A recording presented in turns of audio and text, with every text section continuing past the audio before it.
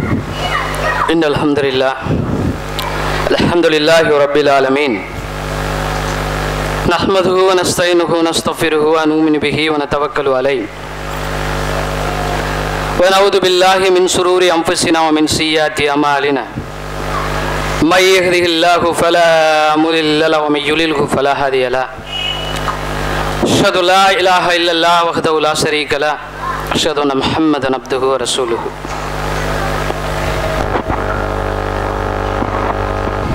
يا أيها الذين آمنوا اتقوا الله حق تقاته ولا تموتن إلا وأنتم مسلمون يا أيها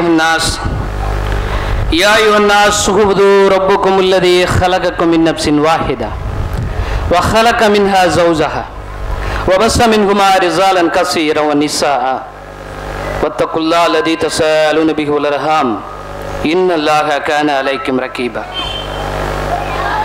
يا أيها الذين آمنوا اتقوا الله وقولوا قولا سديدا يصلح لكم أعمالكم ويغفر لكم ذنوبكم ومن يطع الله ورسوله فقد فاز فوزا عظيما ما بعد வார்த்தைகளில் சிறந்தது அல்லாஹ்வுடைய வார்த்தை என்றும் வழிகாட்டுதலில் சிறந்தது முஹம்மது நபி ஸல்லல்லாஹு அலைஹி வஸல்லம் அவர்களுடைய வழிகாட்டுதல் என்றும் மார்க்கத்தில் புதிதாக நுழைக்கப்பட்ட ஒவ்வொரு காரியங்களும் அனாச்சாரங்கள், ஒவ்வொரு அனாச்சாரங்களும் வழிகேடுகள், ஒவ்வொரு வழிகேடுகளும் நரகத்தில் கொண்டு சேர்க்கும் என்று அண்ணல் நபி ஸல்லல்லாஹு அலைஹி வஸல்லம் அவர்கள் தனது ஒவ்வொரு உரையிலும் சுட்டி காண்பித்ததை உங்களுக்கும் எனக்கும் நான் போதித்த வண்ணமாக எனது உரையை ஆரம்பம் செய்கின்றேன். கண்ணியத்திற்குரிய எல்லாம் வல்ல அல்லாஹு ஜல்ல ஷானுஹு தஆலாவின் நல்லடியார்களே, சத்திய மார்க்கத்தின் சகோதர சகோதரிகளே, எங்கிருந்தாலும் எந்த நிலையில் இருந்தாலும் அல்லாஹுவை அஞ்சி பயந்து வாழுங்கள். அவனாலும் அவனது தூதராலும் ஏவப்பட்டுள்ள காரியங்களை தவறாமல் செய்து வாருங்கள். அவனாலும் அவனது தூதராலும் தடுக்கப்பட்டுள்ள காரியங்களிலிருந்து விலகி நில்லுங்கள். அல்லாஹுவின் நல்லடியார்கள் ஒருவராக ஆவீர்கள். அப்படிப்பட்ட நன்மக்களோடு அல்லாஹ் நம் அனைவரையும் மறுமையில் எழுப்ப வேண்டும் என்ற பிரார்த்தனையோடு கண்ணியமிக்க புனிதமான இந்த ரமலானுடைய மாதத்திலே அவனுக்கு விருப்பமான அந்த நோன்பை நிறைவேற்றியவர்களாக, அவனுடைய அருளை எதிர்பார்த்தவர்களாக நாம் எல்லாம் அமர்ந்திருக்கின்றோம். அல்ஹம்துலில்லாஹ். அல்லாஹு ஜல்ல ஷானுஹு தஆலா நம்முடைய அமல்களிலே இருந்த சின்னஞ்சிறு குறைகளை எல்லாம் மன்னித்து வரக்கூடிய நாள்களிலும் தவறாமல் நோன்பை நோற்று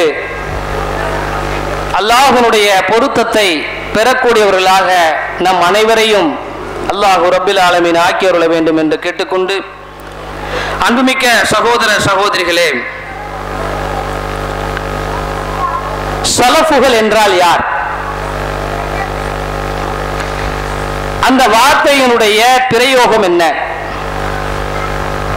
அந்த வார்த்தையை கண்டால் ஏன் தௌஹீதை பேசக்கூடிய பலரும் நடுங்குகிறார்கள்?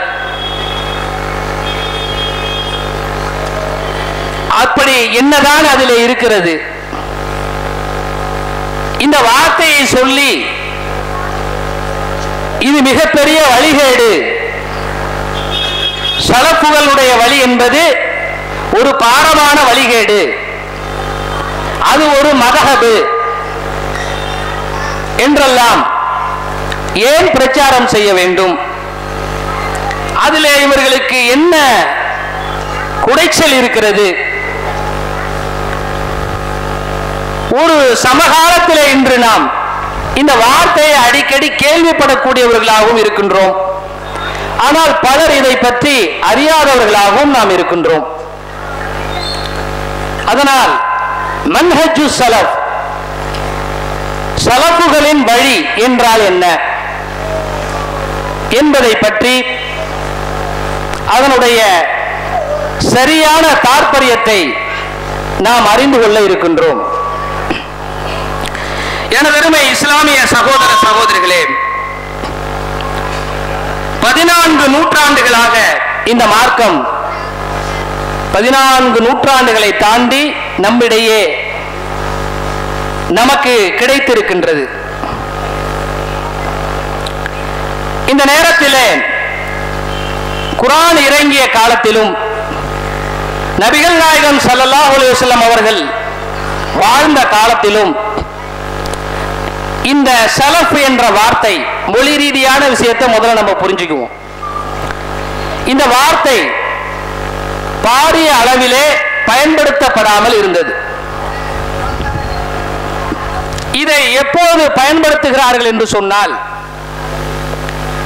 அல்லாஹ்வின் தூதருடைய மௌத்திற்கு பிறகு, அவர்கள் இறந்த பிறகு குர்ஆனையும் சுன்னாவையும் ஒவ்வொருவரும் சுய புத்தியை கொண்டு சிலர் விளங்க ஆரம்பித்தார்கள்.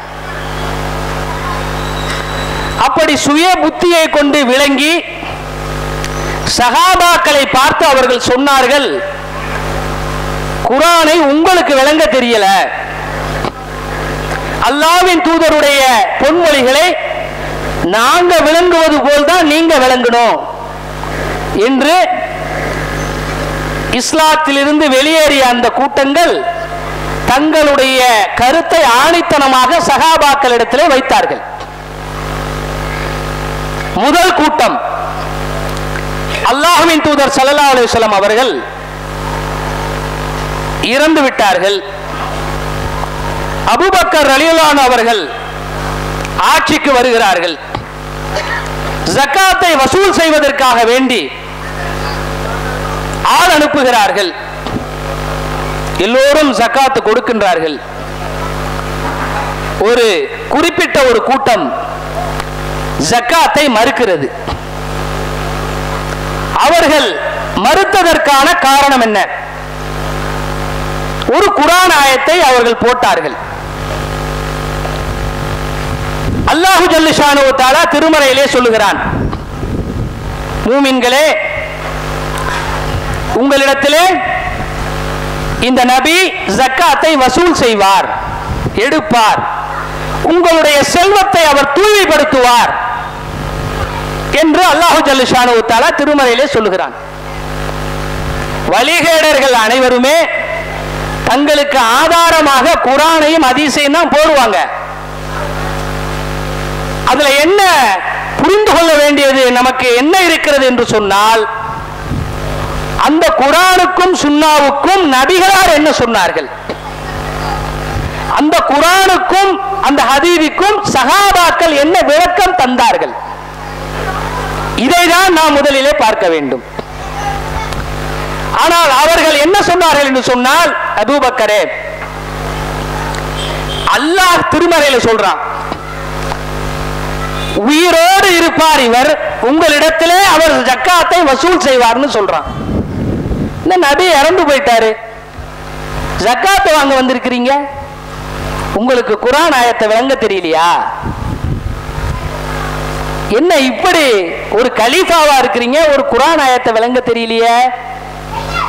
யார் சொல்றா? குர்ஆன் ஆயத்தை தவறாக விளங்கி கொண்ட வழிகாடன் சொல்லுகிறான். இன்னைக்கு இருக்கான் பாருங்க ஒரு கூட்டம், தௌஹீத் ஜமாத் என்ற பெயரிலே முஅத்தஸிலா கொள்கையை, காதியானி கொள்கையை, வழிகேட்டை தௌஹீதின் பெயரால் தமிழ்நாட்டிலே விதைத்துக் கொண்டிருக்கின்ற ஒரு கூட்டம் இன்றைக்கு என்ன சொல்லுகிறதோ, இதை அல்லாஹ்வின் தூதர் இறந்த கையோடு ஒரு கூட்டம் சொன்னது. என்ன சொன்னது? சஹாபாக்களை பார்த்து, சொர்க்கத்திற்கு நன்மாராயம் சொல்லப்பட்டவர்களை பார்த்து, சொர்க்கத்துக்கு சொந்தக்காரர் என்று பார்த்து, அல்லாஹ்வின் தூதர் கை காட்டி சென்றவர்களை பார்த்து, இதோ இந்த அபூபக்கரிடம் மார்க்கத்தை எடுங்கள் என்று சொன்னார்கள் அல்லாஹ்வின் தூதர் ஸல்லல்லாஹு அலைஹி வஸல்லம் அவர்கள். இதோ இந்த உமரிடமிருந்து மார்க்கத்தை எடுங்கள் சொன்னார்கள் அல்லாஹ்வின் தூதர் மௌத்தாகின்ற நேரத்திலே. அப்படிப்பட்ட அந்த நபித்தோழர்களை பார்த்து அந்த வழிகேடன் சொன்னான், என்ன சொன்னான்? அபூபக்கரே, உனக்கு குர்ஆனை விளங்க தெரியல, நான் விளங்குற மாதிரி நீ விளங்கணும். அப்ப சகாபாக்கள் என்று விலகுகிறான். யாரெல்லாம் சகாபா விளக்கத்தில் இருந்து விலகுகிறானோ அவன் 100% வழிகேடன் என்பதற்கு அதுவே சான்று. அக்மார்க் சகாபாக்களுடைய விளக்கத்தில் இருந்து எவன் விலகுகிறானோ, தூரமாகுகிறானோ, குறை காணுகிறானோ, கோணங்கி செய்கிறானோ, நையாண்டி செய்கிறானோ அவன் 100% வழிகேடன் என்பதற்கு அதுவே சான்று. இதைத்தான் அல்லாஹ்வின் தூதர் இறந்த கையோடு ஒரு கூட்டம் செய்தது. என்ன? சகாபாக்களுக்கு குர்ஆன விளங்க தெரியல, ஹதீஸ விளங்க தெரியல. இந்த அடிப்படையை நான் எதற்காக சொல்கிறேன் என்று சொன்னால், நீங்கள் சகாபத்துவத்தினுடைய அடிப்படையை நீங்கள் விளங்க வேண்டும். மார்க்கத்தினுடைய ஆணிவேர் அவர்கள். ஒரு மரம் இருக்கிறது, அந்த மரம் தழைத்து மக்களுக்கு அனைத்து விஷயங்களையும், அனைத்து நன்மைகளையும், பழங்களையும், கனிகளையும், இலைகளையும் தர வேண்டும் என்று சொன்னால் அந்த மரத்திற்கு ஆணிவேர் மிக முக்கியமானது. அந்த ஆணிவேர் அறுபட்டு விட்டால், அந்த ஆணிவேர் துண்டிக்கப்பட்டு விட்டால் அந்த மரம் இன்று அல்ல என்றோ ஒரு நாள் சாய்ந்து விடும், பட்டு போய்விடும், பயனளிக்காது. எவ்வளவு பெரிய ஆலமரமான பெரிய ஜமாத்தனை வச்சிருந்தாலும் சரி, அகீதாவில் என்ற அந்த ஆணிவரில் சரியாக இல்லை என்று சொன்னால் குறித்து வைத்துக்கொள், இந்த காலகட்டத்திலேயே இந்த மண்ணோடு மண்ணாக உனது ஜமாத் புதைகிறதா இல்லையா என்று பார். ஏன்? ஆணி வேறு இல்ல, ஆட்டம் கண்டு போச்சு, தடுமாறுறான். இங்க சகோதரர் அருகமௌலவி சொன்னார, சவால் விட்டார. இங்க மட்டும் இல்ல, எங்களுக்கு துபாயிலே அவரை நல்லா தெரியும். அங்கேயும் ஒரு விவாதம், கடைசியில வர நேரத்தில் கூட ஒரு விவாதம் பண்ணிட்டு தான் வந்தோம். அப்ப அவர் தொடை நடுங்கிகளாக ஆடிக்கொண்டு, சரக்கற்றவர்களாக, மார்க்கத்தை அறியாத விலங்குகளாக இருந்து கொண்டு அவங்க நம்மளை பார்த்து என்ன சொல்றாங்க? தொடை நடுங்கிகள், ஓடிவிட்டார், ஒளிந்து விட்டார். எவ்வளவு காலத்துக்கு நீ மக்களை ஏமாற்ற முடியும்? அல்லாஹ் அவனுடைய மார்க்கத்தை நிச்சயமாக காப்பாற்றுவான். அவன் அவனுடைய மார்க்கத்தை நிலைபெற செய்வான். யாரை ஒரு சுண்டக்காய வச்சு கூட அல்லாஹ் தெளிவுபடுத்திடுவான். ஒரு துரும்ப வச்சு அல்லாஹ் என்ன பண்ணுவான்? மார்க்கத்தை தெளிவுபடுத்த வச்சிருவான். அதனால நீ ஓடுற ஆட்டெல்லாம் இங்க என்ன செய்யாது, பலிக்காது. நீ விசாவை பேன் பண்ணாலும் சரி, பாஸ்போர்ட் வர விடாம அடிச்சாலும் சரி, அல்லாஹ் ஒரு உண்மையை சொல்றேன் கேளுங்க. இஸ்மாயில் சலஃபி அவர்கள் தஞ்சை மாவட்டத்திலே, அதுக்கு பக்கத்தில் இருக்கிற காரைக்காலிலே பேசுவதற்காக சகோதரர்கள் எடுத்திருக்கிறார்கள். இதே பிரச்சனையை 3 மாசத்துக்கு முன்னாடி, 4 மாசத்துக்கு முன்னாடி பண்ணாங்க. 5 மாசமாவது இருக்கும். நடந்த பொழுது நடத்த விடாமல் வெளிநாட்டுக்காரர் விசிட் விசால வந்திருக்கிறாரு என்றெல்லாம் சொல்லி இண்டோர் மீட்டிங்கை கூட தடை செய்தார்கள். பேரை சொல்லியே சொல்லுவேன். ஒரு காலத்துலங்க, நீங்க ஒரு 20-25 வருஷத்துக்கு முன்னாடி நமக்கெல்லாம் ஞாபகம் இருக்கிறது, போய் மதஹப் ஜமாத்து பள்ளிகள்ல நோட்டீஸ் கொடுப்போம், ஏதாவது எடுத்து சொல்லுவோம், தெருமுனை பிரச்சாரம் பண்ணுவோம். பண்ணும் பொழுது என்னன்னா, அவர்கள் அதை எதிர்ப்பார்கள்.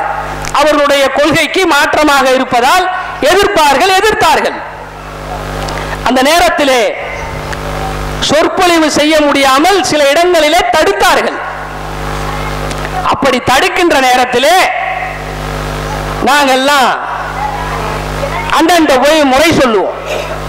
இது மாதிரி தடுக்கிறாங்க அப்படின்னு சொன்ன உடனே கோர்ட்ல ஒரு ரிட்டை தாக்கல் பண்ணி ஒரு பர்மிஷனை வாங்கி எங்க தடுக்கப்பட்டதோ அங்கேயே மீட்டிங்க போடுவோம்.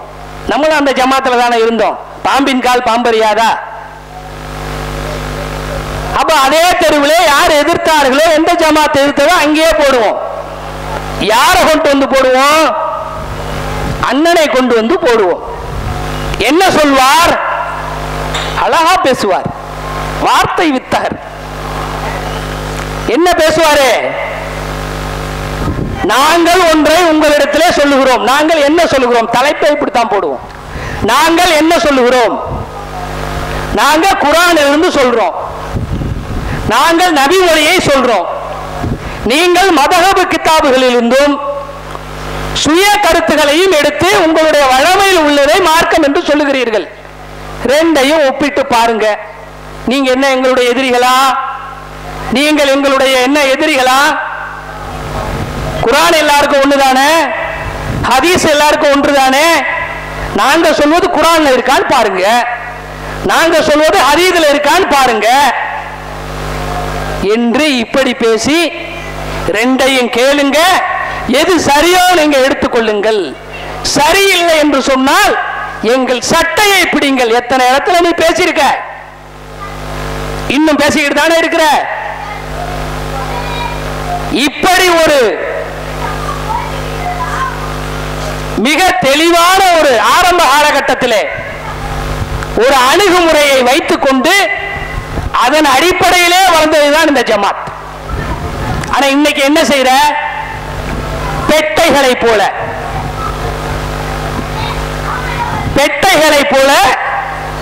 கருத்தை கருத்தால் நீங்கள் எதிர்கொள்ள துணிவில்லாமல், சரக்கில்லாமல்,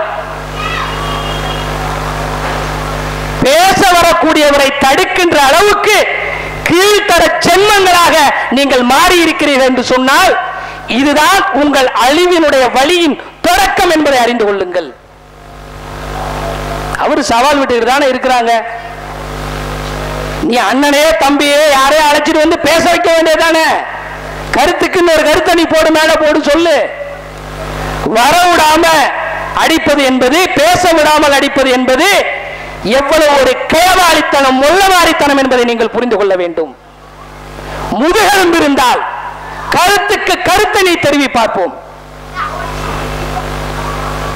அதனால் சலஃபுகள் என்று சொன்னால் தொடை நடுங்கிகளாக அப்படியே கடந்த ஆர்வத்தை நம்ம பார்க்கிறோம். இப்ப அறியாத மக்களுக்கு இதை பத்தி தெரியாது. அதுக்கு தான் இந்த தலைப்பை நம்ம எடுத்திருக்கோம். என்ன இது?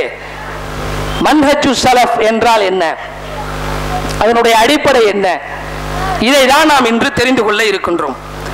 அன்புமிக்க எனதருமை சகோதர சகோதரிகளே, சலஃப் என்ற வார்த்தை திருக்குர்ஆனிலே மொழி ரீதியாக 4வது அத்தியாயத்திலே 5வது வசனத்திலே நீங்கள் பார்த்தீர்கள் என்று சொன்னால், நீங்கள் 2 சகோதரிகளை ஒரே நேரத்தில் திருமணம் செய்வதை அல்லாஹ் தடுத்திருக்கின்றான்.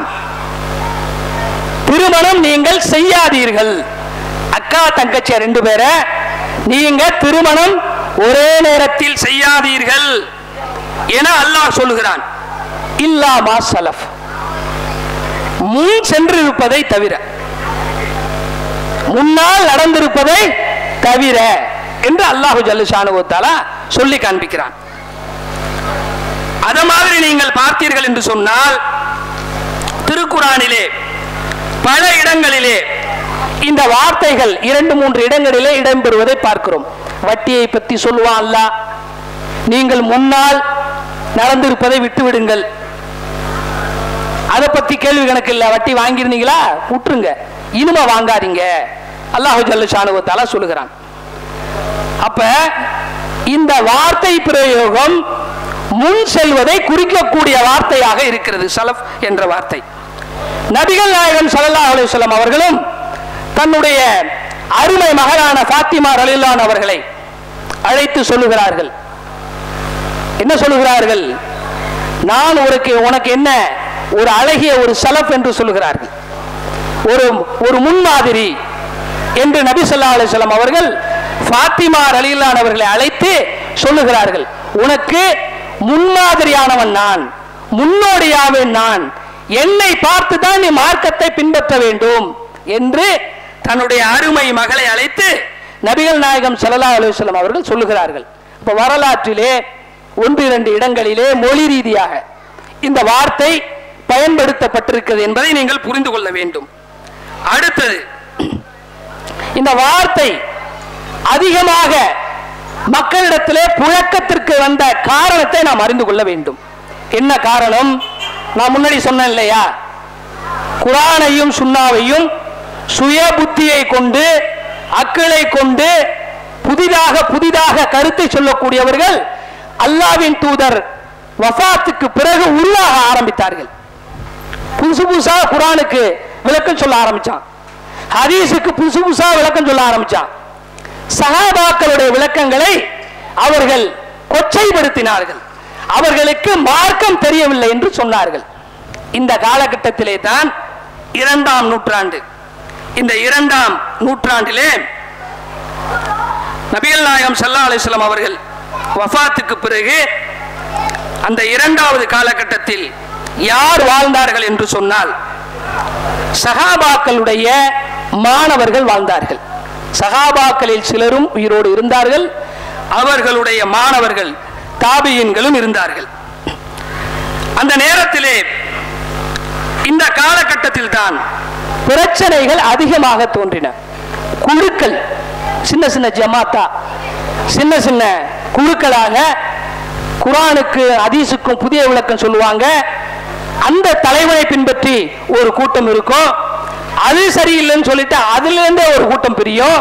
இன்னைக்கு இயக்கங்கள்லாம் பிரியுது பாருங்க, அத மாதிரி அன்னைக்கே என்ன பிரிஞ்சு இந்த கருத்து ரொம்ப ஓவரா இருக்கு, இப்படி ஒரு கூட்டம் பிரியும். பிரிஞ்சு சிறு குழுக்களாக பல இயக்கங்கள் உருவாகின. 2ஆம் ஹிஜ்ரி 2ஆம் நூற்றாண்டில் அப்படி உருவாகும் பொழுதுதான் சஹாபாக்களின் மாணவர்கள் அதிகமாக வாழ்ந்த காலகட்டம் அது. இந்த காலகட்டத்தில் பிரச்சனைகள் அதிகமாக தோன்றின. என்னென்ன பிரச்சனைகள் தோன்றின என்று சொன்னால்,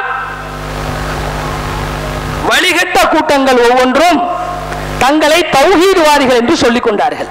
இன்னைக்கு சொல்றாங்க பாருங்க, தௌஹீதுக்கு நாங்க தான் குத்துகேடு, தௌஹீதுனாலே நாங்க தான். அந்த ஜமாத்துல இல்லாம வேற யாராவது இருந்தா அவன் தௌஹீத் இல்லை. இத மாதிரி அவங்க என்ன செஞ்சாங்க, சிறு குழுக்களும் எங்களுடைய ஜமாத்தில் யார் இருக்கிறார்களோ அவர்கள் தான் குர்ஆன் சுன்னாவை பின்பற்றக்கூடியவர்கள். யாரெல்லாம் அபூபக்கருடைய மார்க்கத்தை பின்பற்றினார்களோ, உமருடைய மார்க்கத்தை பின்பற்றினார்களோ, உஸ்மானை தலைவராக ஏற்றுக்கொண்டு வழி நடந்தார்களோ, அலி ரலியல்லாஹு அன்ஹு அவர்களை தலைவராக ஏற்று வழி நடந்தார்களோ, அவர்கள் எல்லாம் மார்க்கத்தை விட்டு வெளியேறியவர்கள் என்று அந்த சிறு குழுக்கள் எல்லாம் ஃபத்வா கொடுக்க ஆரம்பித்தன. ஏன்? அவர்களுக்கு குர்ஆனை விளங்க தெரியல. இதுக்கு என்ன ஆதாரம்? ஆயிஷா அம்மாவை, அதாவது உஸ்மான் ரலியல்லாஹு அன்ஹு அவர்கள் கொலை செய்யப்படுகிறார்கள்.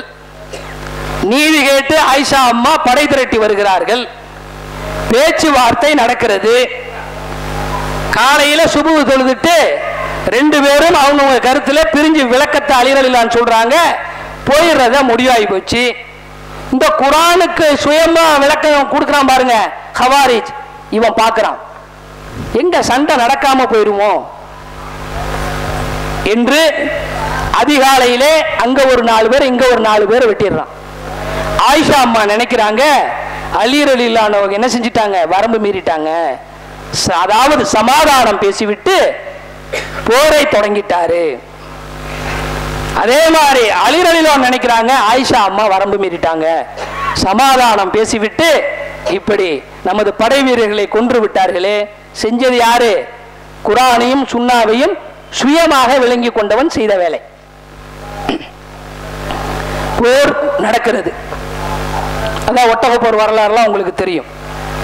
இதுல என்ன நமக்கு படிப்பினை இருக்குது என்று சொன்னால், போர் முடிவுக்கு வருகிறது, அலி ரலியல்லாஹு அன்ஹு ஒரு படை வெற்றி பெறுகிறது. இவன் சொல்றான், அதாவது அலி ரலியல்லாஹு அன்ஹு அவர்கள் ஒரு படையை நியமித்து பாதுகாப்பாக ஆயிஷா அம்மாவை மதீனாவில் விட்டு வருவதற்கு ஏற்பாடு செய்கிறார்கள். அப்ப இந்த குர்ஆனை சுயமா விளங்கிட்டான் பாருங்க. இன்னைக்கு சொல்றான் பாருங்க, நான் விளங்குற மாதிரி தான் நீங்க விளங்கணும், இல்லைன்னா அது விளக்கமாகாது. நான் எங்க ஜமாத் எப்படி விளங்கிக்கிட்டதோ அதுதான் குர்ஆனுக்கு விளக்கம். ஏன் தலைவன் என்ன சொல்றானோ அதுதான் ஹதீஸுக்கு விளக்கம். அதுக்கு மாத்தமா நீ சொன்னீனா அதெல்லாம் விளக்கங்கள் கிடையாது. சொல்றானா இல்லையா? இன்னைக்கு இதே அன்னைக்கு அவன் சொன்னான். ஹவாரிஜில் என்ன சொன்னான் தெரியுங்களா? அலியே, குர்ஆனை ஈட்டியில் குத்தி மேலே பிடித்துக் கொண்டு நீ அல்லாஹ்வின் வேதத்தின் பிரகாரம் நீ நடக்கவில்லை, வஹீயின் அடிப்படையிலே நீ தீர்ப்பு கூறவில்லை. அலி ரலியல்லாஹு அன்ஹு கேட்கிறார்கள், என்னப்பா தவறு செஞ்சிட்டேன்? அல்லாஹ் குர்ஆன்ல என்ன சொல்றான்? போர் கைதிகளை சிறையில் அடைக்க சொல்லுகிறான். நீ என்ன ஆயிஷா அம்மாவை சிறையில் அடைக்காம நீ மதீனாவுக்கு பாதுகாப்போடு அனுப்பிடுவியா? யாரு பேசுறா? குர்ஆனை சுயமாக விளங்கியவன் பேசுகிறான், ஹதீஸை சுயமாக விளங்கியவன் பேசுகிறான். நான் எதுக்கு சொல்றேன் தெரியுங்களா? எவெல்லாம் குர்ஆனையும் ஹதீஸையும் ஒரு மார்க்கம் பூரணமாக்கப்பட்டிருக்க, விடை கொடுக்கப்பட்டிருக்க, மார்க்கத்தில் அனைத்து விஷயங்களுக்கும் கூடுதல் குறைவில்லாமல் மதுருசாக நிரப்பமாக நம்மிடையே அல்லாஹ்வின் தூதர் விட்டு சென்றிருக்க, நான் ஆய்வு பண்றேன்னு எவனெல்லாம் தூக்கிக்கிட்டு அலையிறானோ இவெல்லாம் இந்த குரூப்பை சார்ந்தவன். நீங்க புரிஞ்சுக்கணும். அதுக்காக குர்ஆனிலே ஹதீஸிலேயும் ஒரு ஆய்வும் செய்ய வேண்டியது கிடையாது. மார்க்கம் பரிபூரணமாக்கப்பட்டு விட்டது, சம்பூரணமாக்கப்பட்டு விட்டது. இதை சொல்லுவாங்க. என்ன தெரியுங்களா?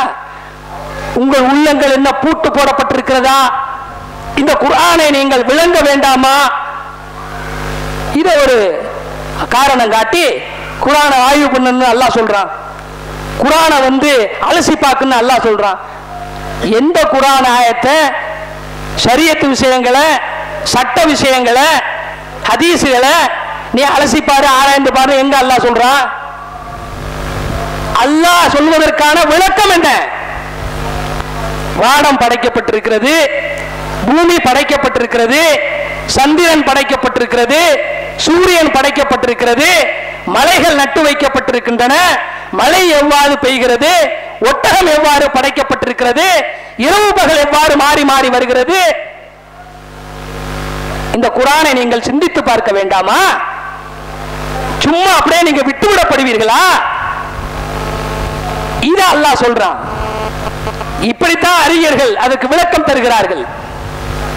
நீ குர்ஆன் ஆயத்தை எடுத்துக்க, அதுக்கு ஒரு விளக்கம் இருக்கு. 1400 ஆண்டு காலமா நீ எடுத்துட்டு வா, அந்த தர்ஜுமாவை எடு, ஏன் தர்ஜுமாவையும் கொண்டு வா, இன்னும் 2 தர்ஜுமாவை கொண்டு வா, நம்ம 7 பேரும் உட்காருவோம், ஆய்வு பண்ணுவோமா? இதே அல்லாஹ் குர்ஆன்ல சொல்றான். குர்ஆன் ஆயத்துகளை அல்லாஹ்வின் தூதர் அப்படியே விட்டு சென்று விட்டார்களா? குர்ஆன் இறங்கிடுச்சுப்பா, மார்க்கம் பூர்த்தியாகி விட்டதப்பா. ஒவ்வொரு காலகட்டத்திலும் நீங்க விளங்கிக்கங்க, உங்க இஷ்டத்தில் நீங்க விளங்கிக்கங்க.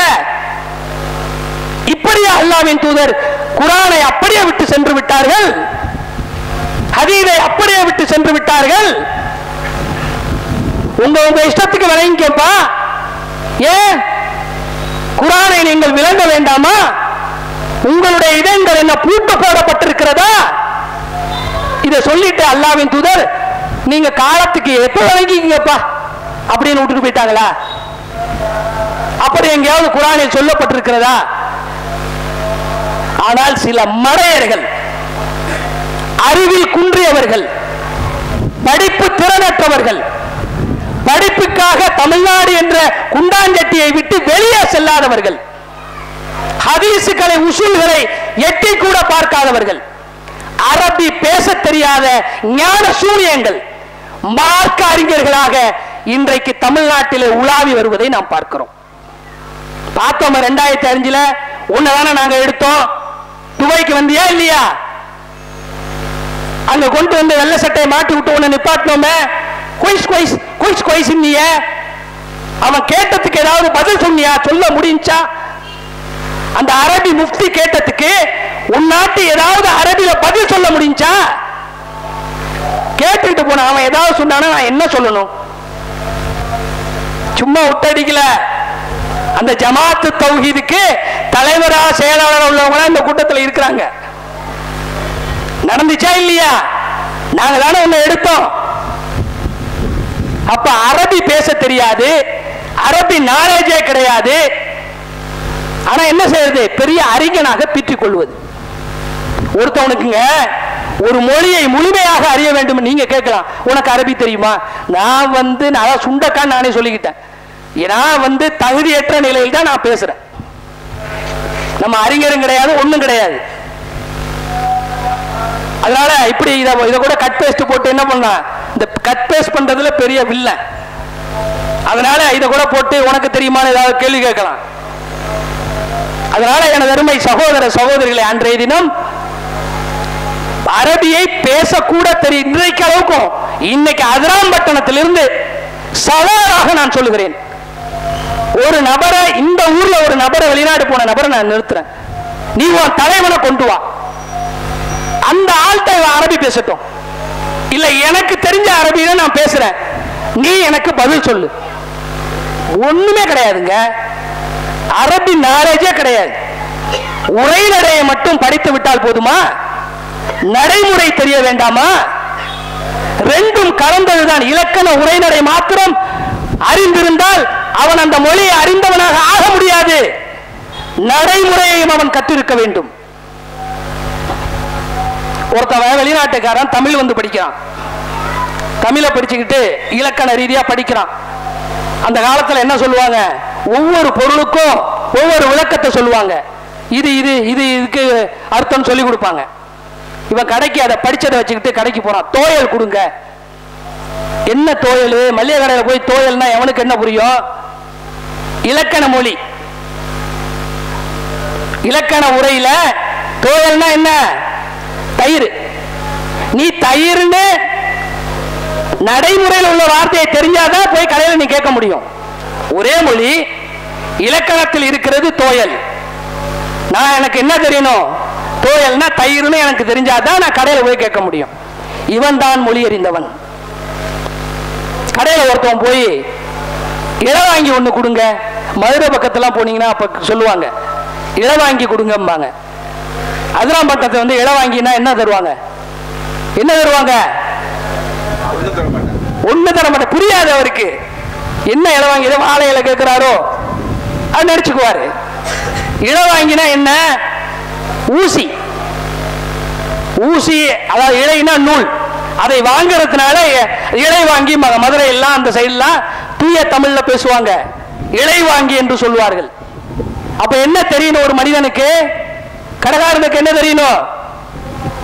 ஊசின்னு தெரியணும், இழை வாங்கின்னு தெரியணும். அப்பதான் அவன் பொருள் விற்க முடியும். அப்ப உரைநடையை மாத்திரம் ஒருவன் படித்திருந்தால் அவன் மொழி அறிந்தவனாக ஆக முடியாது.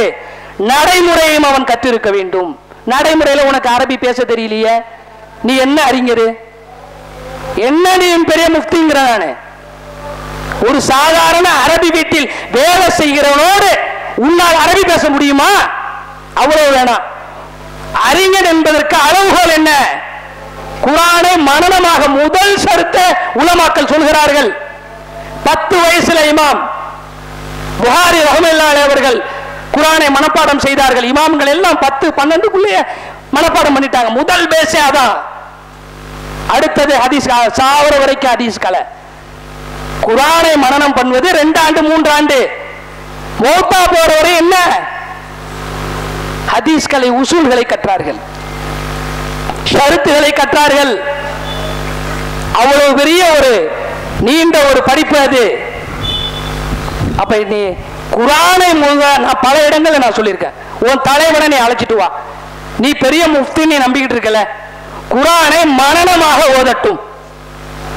எல்லாத்துக்கும் பரிசு சொல்றல்ல, 1 கோடி ரூபாய் அதிராம்பட்டினத்துல இந்த தாரு தௌஹீத் சார்பா 1 கோடி ரூபாய் பரிசு. உன் தலைவனை அழைத்து இங்க வேண்டாம், எங்கேயாவது ஒரு மூலையில ஒரு மீட்டிங்க போடு, குர்ஆனை மாத்திரம் மனனமாக ஓதி செல்லட்டும். முடியுமா? உன்னாட்டி எழுதி எழுதி வச்சு படிக்கதான் தெரியும். அப்ப அடிப்படையை மக்களை நாம் விளங்க வேண்டும். அல்லாஹ்வின் தூதர் ஸல்லல்லாஹு அலைஹி வஸல்லம் அவர்கள் உருவாக்கி வைத்த அறிஞர்கள் என்ற, ஸ்காலர்கள் என்ற இலக்கணம் வேறு. இன்றைக்கு நின்றவன் போனவன் வந்தவன் என்ன செய்யறான்? நான் அறிஞன்னு சொல்லிக்கிட்டு திரியறத நம்ம பார்க்கிறோம். இந்த அடிப்படையை நாம் முதலில் விளங்க வேண்டும். அறிஞன் என்பதற்கு முதலில் குர்ஆன் மனனமாக அவனுக்கு அறிய வேண்டும். அடுத்தது ஹதீசுகளை அவன் மனனம் செய்ய வேண்டும். அவனுடைய ராவி சனதை மனனம் செய்ய வேண்டும். இமாம் பெருமக்கள் அப்படித்தான் செய்திருக்கின்றார்கள். ஒரு ஹதீஸை சொன்னால் அது ரசூலுல்லாஹ்வை போய் கரெக்டா முடியும். அதோட அறிவிப்பாளத்தோட முழுவதுமாக அப்படி சொல்வார்கள். ஒரு 100 ஹதீஸை ஒன்னாட்டி சொல்ல முடியுமா? நீ என்ன அறிஞங்கிற நான். அப்ப இதை சொல்ல வந்தால் இந்த அடிப்படையை போடும் பொழுது மக்களிடத்துல தடுமாறுறான். ஆஹா, இயக்கம் ஓடாது, மக்கள் விவரம் தெரிஞ்சுட்டா என்ன பண்றது, வசூல் செய்ய முடியாத, அதனால இந்த ஆளு வந்தா நமக்கு இடைஞ்சல், அதனால அவருக்கு என்ன இடைஞ்சல் கொடுப்போம், அந்த ஆளு வந்தா நமக்கு இடைஞ்சல், அதனால இடைஞ்சல் கொடுப்போம், இப்படி நிறுத்துற. இப்படித்தான் இஸ்மாயில் சலஃபி அவர்களும் காரைக்காலில் நிறுத்த ஒரு ஆளு வயிறு எரிஞ்சு சொன்னார். என்ன சொன்னார் தெரியுங்களா? அதை சொல்றதுக்கு தான் நான் இவ்வளவு சொல்றேன். என்ன சொன்னார் தெரியுமா? நீங்கள் சத்தியத்தை பேசுவதற்கு தடை செய்கிறீர்கள். உங்களுடைய கடந்த கால வாழ்க்கையை நினைத்து பாருங்கள். அதற்கு நேர் மாற்றமாக கடந்த காலத்திலே மதஹப் ஜமாத்தை சேர்ந்தவர்கள் எந்த தவறை செய்தார்களோ அதே தவறை நீங்கள் செய்கிறீர்கள். கருத்தால் வெல்ல துணிவில்லாமல், முதுகெலும்பில்லாமல் பேச வந்தவரை நீ முடக்குவா என்று சொன்னால் இன்ஷா அல்லாஹ் அல்லாஹு ஜல்ல ஷானஹு தஆலா உனது கூட்டத்திலிருந்தே ஒரு ஆளை கொண்டு வருவான் என்று சொன்னார். 2 மாசம் ஆகல, அல்லாஹ் கபூலாக்கிட்டான். 2 மாசம் ஆகலங்க, அப்பாஸ் அலி அங்கிருந்து வெளில வரார். அல்லாஹ் அவருடைய உள்ளத்தை புரட்டுகிறான். நீ சத்தியத்தை தானே இருக்க, உன் மாணவன் தானே அந்த ஆளு, கூப்பிட்டாலும் அவன் எவ்வளவு இருக்கிற, நீ வந்து நீ சத்தியத்தை பேசுற, நீ பேச வேண்டியதுதானே. உன்னுடைய மாணவனிடம் பேசுவதற்கு கூட உனக்கு நாலேஜும் இல்ல, திராணியும் இல்ல. முதுகெலும் உள்ளவர்கள், இந்த ஜமாத்தில் இருக்கக்கூடியவர்கள், சத்தியம் என நம்பக்கூடியவர்கள் யாராவது ஒருவர் இருந்தால் கொண்டு வாங்க, உங்கால கொண்டு வா, பேச சொல்லு. அந்த ரசாதி இந்த ரசாதி அவன் மட்டும் பேசல, உன்கிட்ட படிச்சவன் அவன்கிட்ட வந்து பேச சொல்லு பாப்போம். முடியாது. நீல சாயம் வெளுத்து போச்சுன்னு எல்லாம் என்ன கரைஞ்சி தெரிஞ்சு போயிடும். அதனாலதான் திட்டுறவன, கண்ணாபின்னான்னு பேசுறவன, வசைபாடக்கூடியவன இவன் கூட பேசு. தெளிவாக சொன்னார் அவர். 8 மௌலவிகள் நீங்கள் இருக்கிறீர்கள், 8 பேர்ல யார வேணாலும் வர சொல்லு. அவன் மனுஷனா? பெட்டைகள் மாறி ஒளிந்து கொண்டு திட்டக்கூடியவனை அனுப்புறவன் மனுஷனா? கொஞ்சமாவது வெக்கம், மானம், சூடு, சோழ கொஞ்சமாவது இருக்கா? இருந்திருந்தால் இப்பவும் அந்த இடம் காலியாக இருக்கிறது, கொண்டு வா. இதையும் சவாலாக 1 கோடி ரூபாய் சவாலுக்கு அப்புறம் 2வது சவால் இது. நான் தலைப்புக்கு வருகிறேன். இந்த காலகட்டத்திலே 2வது நூற்றாண்டிலே தான் இப்படி குர்ஆனுக்கு ஹதீஸுக்கும் சுய விளக்கம் கொடுக்கக்கூடியவர்கள் அதிகமாக தோன்றினார்கள். அவர்களில் மிக முக்கியமானவர்கள் கலாமியூன்கள் என்று சொல்லப்படக்கூடியவர்கள். இவர்கள் குர்ஆனையும் சுன்னாவையும் புத்திக்கு ஒப்பிட்டு பார்த்து சரியாக இருந்தால் மட்டுமே ஏற்றுக்கொள்ளக்கூடியவர்கள், வாத திறன் படைக்கப்பட்டவர்கள். கடுமையா பேசுவான். அதுக்குதான் கலாமியூன்கள் வரலாற்றில் என்ன அவனுக்கு பெயர் வந்திருக்கிறது. அப்ப இமாம்களின் காலத்தில் இப்படிப்பட்டவர்கள் என்ன செய்யறாங்க, தோன்றாங்க. இமாம் அபுல் ஹசன் அல் அஷாரி, அவரை பின்பற்றியவர்கள் இந்த காலகட்டத்தில் தான் வாழ்கிறார்கள். அவர்கள் அஷாரியாக்கள் என்று கருதப்படுகிறார்கள். அந்த காலத்தில் குர்ஆன் சுன்னாவை பின்பற்றியவர்கள் நாங்கள் ஹனஃபியா என்று சொல்லிக் கொண்டார்கள். ஏன்னா அஷாரியா மதஹப் கடுமையா வளர்ந்துகிட்டு வருது. அவரும் இந்த கருத்தில் இருந்தவர் தான், அவரும் இந்த கருத்தில் இருந்தவர் தான். தன்னுடைய இறுதி காலகட்டத்திலே கருத்தை மாற்றிக் கொண்டவர். எப்படி சொன்னார் தெரியுங்களா? அல்லாஹு அக்பர். அறிஞன் என்பதற்கு இதாங்க அளவுகோல். அவர் நோய்வாய்ப்படுகிறார், வீட்டில் முடங்குகிறார். முடங்குகின்ற காலத்திலே சமகாலத்திலே ஒரு பகுதியிலே இன்னொரு இமாமாக, மிகப்பெரிய இமாமாக இருக்கின்ற அஹ்மத் பின் ஹம்பல் அவர்கள் அஹ்லுஸ் சுன்னா பிரச்சாரத்தை, மன்ஹஜ் ஸலஃபை அங்கே அவர்கள் பிரச்சாரம் செய்து கொண்டிருக்கின்றார்கள். இவர் ஒரு பகுதியிலே பிரச்சாரம் செய்கிறார், அபுல் ஹசன் அல் அஷாரி. இந்த நேரத்திலே நோய்வாய்ப்பட்டு வீட்டிலே தங்குகிற நேரத்திலே அவர் என்னதான் கருத்தை சொல்றாரு பாப்போம்னு இமாம் அஹ்மத் பின் ஹம்பலுடைய கருத்தை எடுத்து படிக்கிறார். படிச்சா இவருக்கு அப்போதுதான் இவர் கொண்டிருந்த மாற்று கருத்து தவறானது, இமாம் அஹ்மத் பின் ஹம்பலுடைய கருத்து சரியானது, நாம் சில குர்ஆனுக்கும் ஹதீஸுக்கும் நாம் சுய புத்தியை கொண்டு விளக்கம் அளித்திருக்கிறோம் என்பதை உணர்கிறார். உணர்ந்து கொண்டு ஒரு காரியம் செய்கிறார். என்ன தெரியுமா சகோதரர்களே, தான் எங்கெல்லாம் சென்று பிரச்சாரம் செய்தாரோ, எங்கெல்லாம் மக்களிடத்திலே மார்க்கத்தை சொன்னாரோ, அங்கே எல்லாம் சென்று மக்களிடத்தை ஒன்று கூட்டி ஒரு விஷயத்தை சொல்லுகிறார். மக்களே, முஸ்லிம்களே, உங்களிடத்தில் நான் இதுவரை இன்னென்ன கருத்துக்களை நான் சொல்லி வந்தேன், அந்த கருத்தெல்லாம் தவறான கருத்துகளாகும். எனது சட்டையை கலட்டுவது போன்று அந்த கருத்திலிருந்து நான் என்னை கலட்டிக் கொள்ளுகிறேன். இப்படி சொன்னார் அவர். நான் என்னெல்லாம் உங்கள்கிட்ட சொன்னேனோ அந்த கருத்து தவறானது, என்னுடைய ஆடையை கலட்டுவது போன்று நான் கலட்டி தூக்கி எறிகிறேன். அஹ்மத் பின் ஹம்பலுடைய கருத்து தான், அஹ்லுல் சுன்னா தான், மன்ஹஜ் ஸலஃப் தான் சரியானது சொல்லிட்டு மௌத்தா போயிட்டார். ஆனால் அவர் பேரில் அஷாரியா மதஹப் இருந்துகிட்டு தான் இருந்துச்சு. ஏன்னா இந்த பெரியவர்கள் இருக்காங்க பாருங்க, ஒரு சிலர் அந்த கருத்துல இருந்தாலும் அல்லாஹ்வும் அல்லாஹ்வுடைய தூதரையும் நேசிக்கக்கூடியவர்கள் ஒப்பிட்டு பார்த்து வெளியே வந்து விடுவார்கள். வெளியே வர மாட்டான். யார் சொன்னவனை நேசிக்கிறானோ, சொன்ன நபரை அவன் காதலிக்கிறானோ, சொன்னவனை ரப்பாக ஏற்றுக்கொண்டானோ, அவன் ஒரு காலம் வெளியே வர மாட்டான் அந்த ஜமாத்தை விட்டு. ஏன்? அவன் அல்லாஹ்வையும் தூதரையும் நேசிக்கல, அவன் சொல்லக்கூடிய அந்த உளவியையோ குளவியோ என்ன செய்யறான், அவன் நேசிக்கிறான். அதனால அதிலிருந்து கலட்டி வெளியே வர இயலாது. ஆனால் அது இருக்கக்கூடிய சில நல்லுள்ளங்கள், ஒப்பிட்டு பார்க்கக்கூடிய உள்ளங்கள் நிச்சயமாக வெளில வரும். அப்போது அஷாரியா மதகபிலிருந்து ஒரு சிறு கூட்டம் வெளியே வந்தது. பெரும்பாலான கூட்டம் அந்த மதகபிலேயே தங்கிவிட்டது. இது அந்த 2ஆம் நூற்றாண்டிலே நடந்த ஒரு முக்கியமான சம்பவம். அப்போதுதான் குர்ஆன் சுன்னாவை பின்பற்றக்கூடியவர்கள் அவர்கள் தங்களை ஹனாஃபிலா என்று சொல்லிக்கொண்டு, ஏன்னா அவங்க அஷாரியாவா சொல்லிட்டாங்க, அதனால தங்களை இவங்க என்ன சொல்லிட்டாங்க, ஒரு அடையாளப்படுத்தி ஆகணுமே, ஏதாவது ஒரு பேர் வச்சு ஆகணுமே.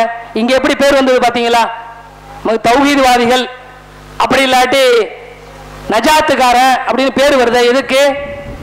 மதஹபை சார்ந்து பெருங்கூட்டம் இருப்பதனால் ஒரு பேர், இன்ன கொள்கை உடையவன் ஒரு பேர் வேணுமா இல்லையா, அதற்காக அடையாளப்படுத்தப்படுகிறது. அப்படித்தான் இந்த பெயரும் வருகிறது.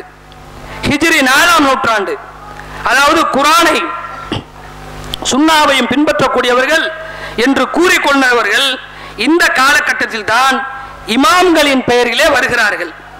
இவர்களின் பெயரில் தான் பின்னாடி என்ன செய்து பலவிதமான மதகபுகள் தோன்றுகின்றன. இந்த நேரத்திலே இது போன்ற காலகட்டத்தில் குர்ஆன் சுன்னாவை உண்மையில் பின்பற்றக்கூடியவர்கள் இந்த மக்கள், நீங்கள் யார் என்று கேட்கும் பொழுது சுன்னாவையும் குர்ஆனையும் தெளிவாக சொல்லக்கூடிய மக்களை பார்த்து நீங்கள் யாரை சேர்ந்தவர்கள் என்று அவர்கள் கேட்கும் பொழுது நாங்கள் ஸலஃபுகள் என்று சொன்னார்கள். ஏன்னா கூட்டம் அதிகமாகி போச்சு. ஹவாரிஜிகள், முஅத்தஸிலாக்கள், அதே மாதிரி கதிரியாக்கள், அஷாரியாக்கள், இப்படி நிறைய குரூப்புகள் வரும்பொழுது இவர்கள் எல்லாம் என்ன அதிகமாக ஆன பிறகு அவர்கள் சொன்னா சிறுபான்மையாக ஆகிவிட்டார்கள். அப்பதான் என்ன செய்யறாங்க, நாங்கள் ஸலஃபுகள், நீங்கள் கலஃபுகள் என்று சொன்னார்கள். நாங்கள் முன் சென்றவர்களை பின்பற்றக்கூடியவர்கள். யார்?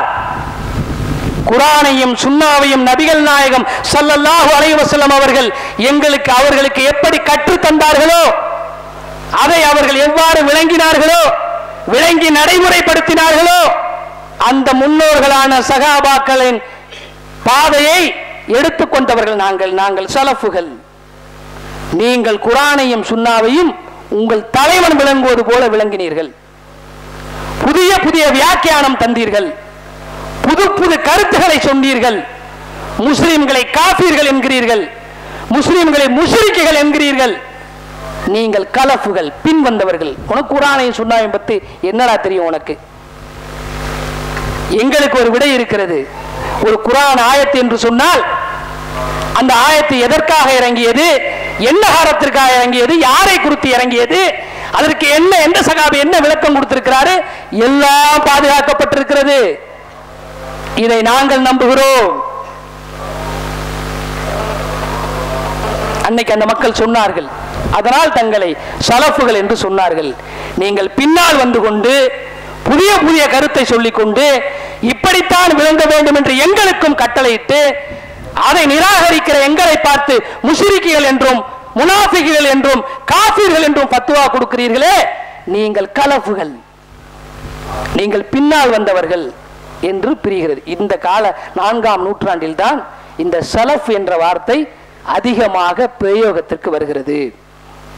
அதனால் எனது அருமை சகோதரர்களே, பலருக்கு நீங்கள் இந்த விஷயத்திலே சில சக்கு இருக்கலாம், ஒரு விதமான சந்தேகம் இருக்கலாம். ஏனென்றால் அவ்வாறு இந்த வார்த்தைக்கு தப்பான கருத்து தமிழ்நாட்டிலே பதியப்பட்டு விட்டது. உங்களுடைய மூளையிலேயும் உள்ளத்திலேயும் இவ்வாறு பதிய வைத்து விட்டார்கள். நிச்சயமா அல்லாஹ் இவர்களை சும்மா விட மாட்டான். உனக்கு என்ன சும்மா அப்படியே, அதாவது குர்ஆனும் சுன்னாவும் உனக்கு என்ன வகியா வந்துச்சு, அவங்க எழுதி வச்சதுனால பாதுகாத்ததுனால தானே அதை எடுத்து முன்னாடி சொல்ல முடியுது.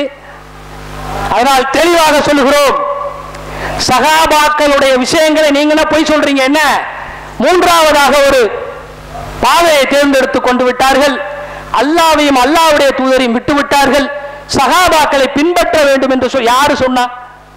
எவ்வளவு பெரிய நீ பொய்யங்கிறதுக்கு இந்த வார்த்தையே சாட்சி. இந்த வார்த்தை உனக்கு மறுமையிலே இன்ஷா அல்லாஹ் சாட்சியாக வரும்.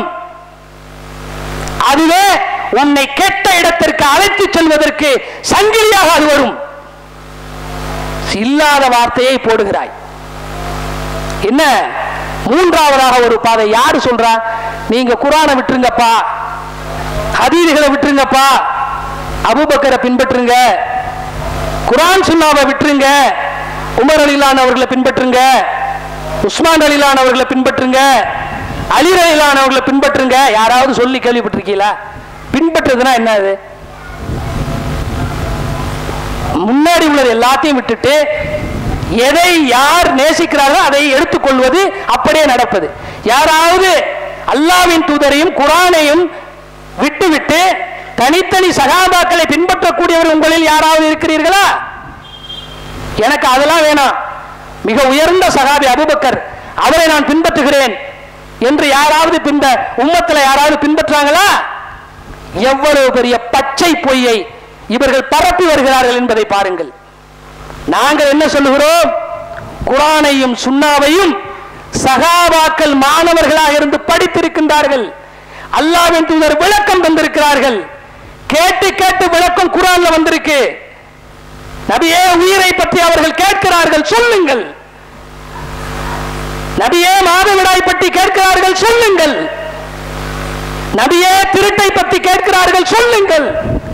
எந்த சகாபியும் அவரே கூட ஒரு சுய கருத்தை சொல்ல இயலாது மார்க்கத்தில். மார்க்கத்திலங்க ஒரு சகாபி தானாக ஒரு குர்ஆனுக்கு ஆயத்துக்கோ ஹதீஸுக்கோ விளக்கம் சொல்லவில்லை. அவர்கள் கேட்டு கேட்டு வஹி இறங்கி இருக்கிறது, அவர்கள் கேட்டதின் விளைவு ஹதீஸாக இருக்கிறது. அல்லாஹ் இரண்டையும் பாதுகாத்து நம் கையிலே கொடுத்திருக்கின்றான். இப்படிப்பட்ட அந்த தோழர்களை பார்த்து சகாபாக்களை இவர்கள் பின்பற்றுகிறார்கள், இவர்கள் குர்ஆன் சுன்னாவை விட்டுவிட்டார்கள். நாங்கள் ஆணி அடித்தார்கள் போல் சொல்கிறோம். அந்த சகாபாக்களுக்கு கேரண்டி உண்டு. அல்லாஹ் குர்ஆனிலே சொல்கிறான், அவர்கள் சொர்க்கத்திற்குரியவர்கள், அவர்களை அல்லாஹ் மன்னித்து விட்டான், முன்பின் பாவங்களை மன்னித்து விட்டான். பத்ர் சகாபாக்களே வேண்டியதை செய்து கொள்ளுங்கள், அல்லாஹ்வின் தூதர் சொல்லி இருக்கிறார்கள்.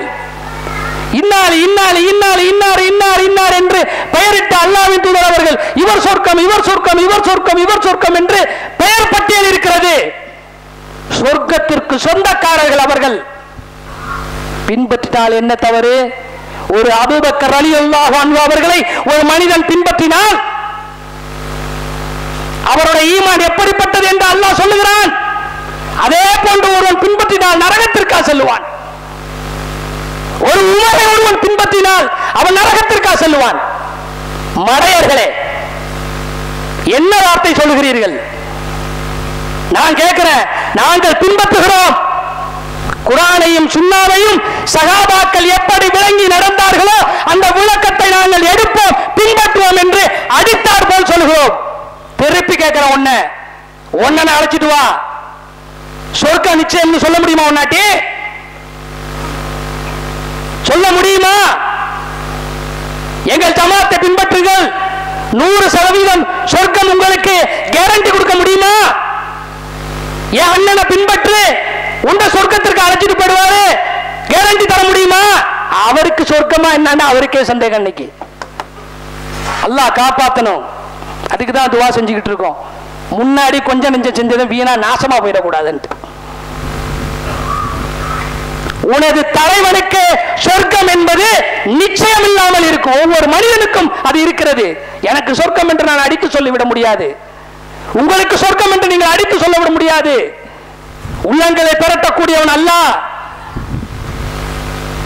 நமது நிலை எப்படி இருக்குமோ தெரியாது. சொர்க்கத்திற்கு சொந்தக்காரர்களை பின்பற்றுகிறோம் என்று சொல்வதிலே நாங்கள் வெட்கப்படவில்லை. நீ வேண்டுமானால் சொல், எங்க அண்ணனை பின்பற்றுங்க, சொர்க்கத்துக்கு போயலாம். நீ உத்தரவாதம் கொடுக்க முடியுமா? கேரண்டி உள்ள சமுதாயத்தை நாங்கள் பின்பற்றுகிறோம். நீ என்ன வேற வாரண்டியும் கிடையாது, கேரண்டியும் கிடையாது. உனக்கு மௌத்து எப்படி இருக்குமோ சொல்ல இயலாது. அதனால் இந்த ஒரு விஷயத்தையும் மூன்றாவது சவாலாக நாங்கள் சொல்லிக் கொள்கிறோம். கேரண்டி கொடுக்கப்பட்ட சமுதாயம், சொர்க்கத்திற்கு சொந்தக்கார சமுதாயம், அல்லாஹ்வின் தூதரால் கை காட்டப்பட்ட சமுதாயம், அல்லாஹ்வின் தூதரை நேசித்த சமுதாயம். பிலால் ரலியல்லாஹு அவர்கள் மரண படுக்கையிலே கிடக்கின்றார்கள், சக்கராத் ஆளிலே கிடக்கின்றார்கள், மனைவி அழுகின்றார்கள். பிலால் ரலியல்லாஹு பார்த்து கேட்கிறாங்க, ஏன் அழுகிறாய்? இல்லை, மரண நேரம் உங்களுக்கு நெருங்கி விட்டதை நான் அறிகிறேன், அதனால் என்னால் துக்கம் தாழ முடியவில்லை. இதை கேட்ட மாத்திரத்திலே பிலால் ரலியல்லாஹு அவர்கள் சிரிக்கின்றார்கள். மனைவி கேட்கிறாங்க, ஏன் சிரிக்கின்றீர்கள், ஏன் சிரிக்கின்றீர்கள்? பிலால் ரலியல்லாஹு அவர்கள் சொல்லுகிறார்கள், எனக்கு மரணம் நெருங்கி விட்டது, நான் என்னுடைய ஹபீபை சந்திக்க போகிறேன், நான் என்னுடைய ஹபீபை சந்திக்க போகிறேன், அல்லாஹ்வுடைய ரசூலை நான் சந்திக்க போகிறேன். என்னங்க அவங்களுக்கு உலகத்துல தேவை இருந்துச்சு? உன்ன மாதிரி அந்த பதவி வேணும், இந்த பதவி வேணும், இங்க இத்தனை கிளை வேணும், அங்க இத்தனை மர்க்கஸ் வேணும், ஏதாவது தேவை இருந்துச்சா சகாபாக்களுக்கு? ஒண்ணுமே. மரண நேரத்தில் கூட அல்லாஹ்வின் தூதருக்கும் எனக்கும் கொஞ்சம் இடைக்காலம் காலம் சென்று விட்டது, நான் மரணிக்க போகிறேன், என்னுடைய ஹபீபை நான் சந்திக்க போகிறேன். இதாங்க அவங்களுக்கு தேவையா இருந்துச்சு, இதாங்க அவர்களுடைய நேசமாக இருந்தது. இப்படி மரண படுக்கையிலே எத்தனை சகாபாக்கள்,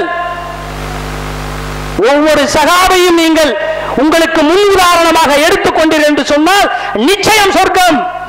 அபூ தர் அல் கிஃபாரி ரலியல்லாஹு அவர்கள், மக்கள் எல்லாம் உலகத்தை நேசிக்கிறார்கள், தோழர்கள் எல்லாம் உலகத்தை நேசிக்கிறார்கள் என்று காட்டிற்கு சென்று விட்டார். காட்டிற்கு சென்று வாழ்கிறார் மனைவியோடு. மரணம் நெருங்குகிறது, மௌத் நெருங்கி விட்டது. தன்னுடைய மரண அறிகுறியை அறிந்து கொண்ட அவர் மனைவியை பார்த்து சொல்கிறார், வழிபாதையிலே யாராவது வருகிறார்களா என்று பார் என்று சொல்லுகிறார்.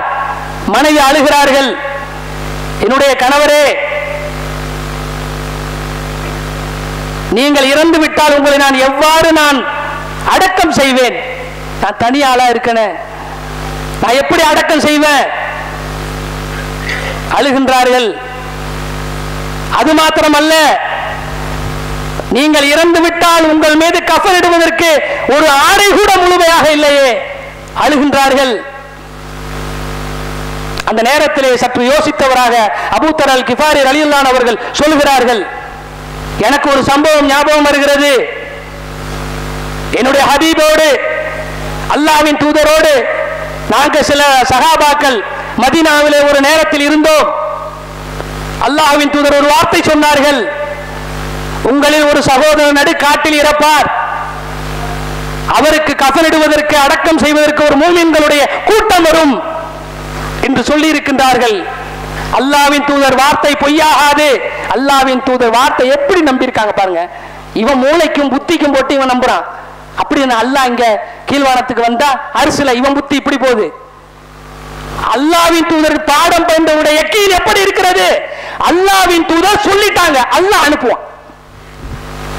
நீ போய் வழியில் சென்று பார். தேம்பி அழுதவர்களாக சற்று தூரத்திலே போய் பார்க்கிறார்கள்.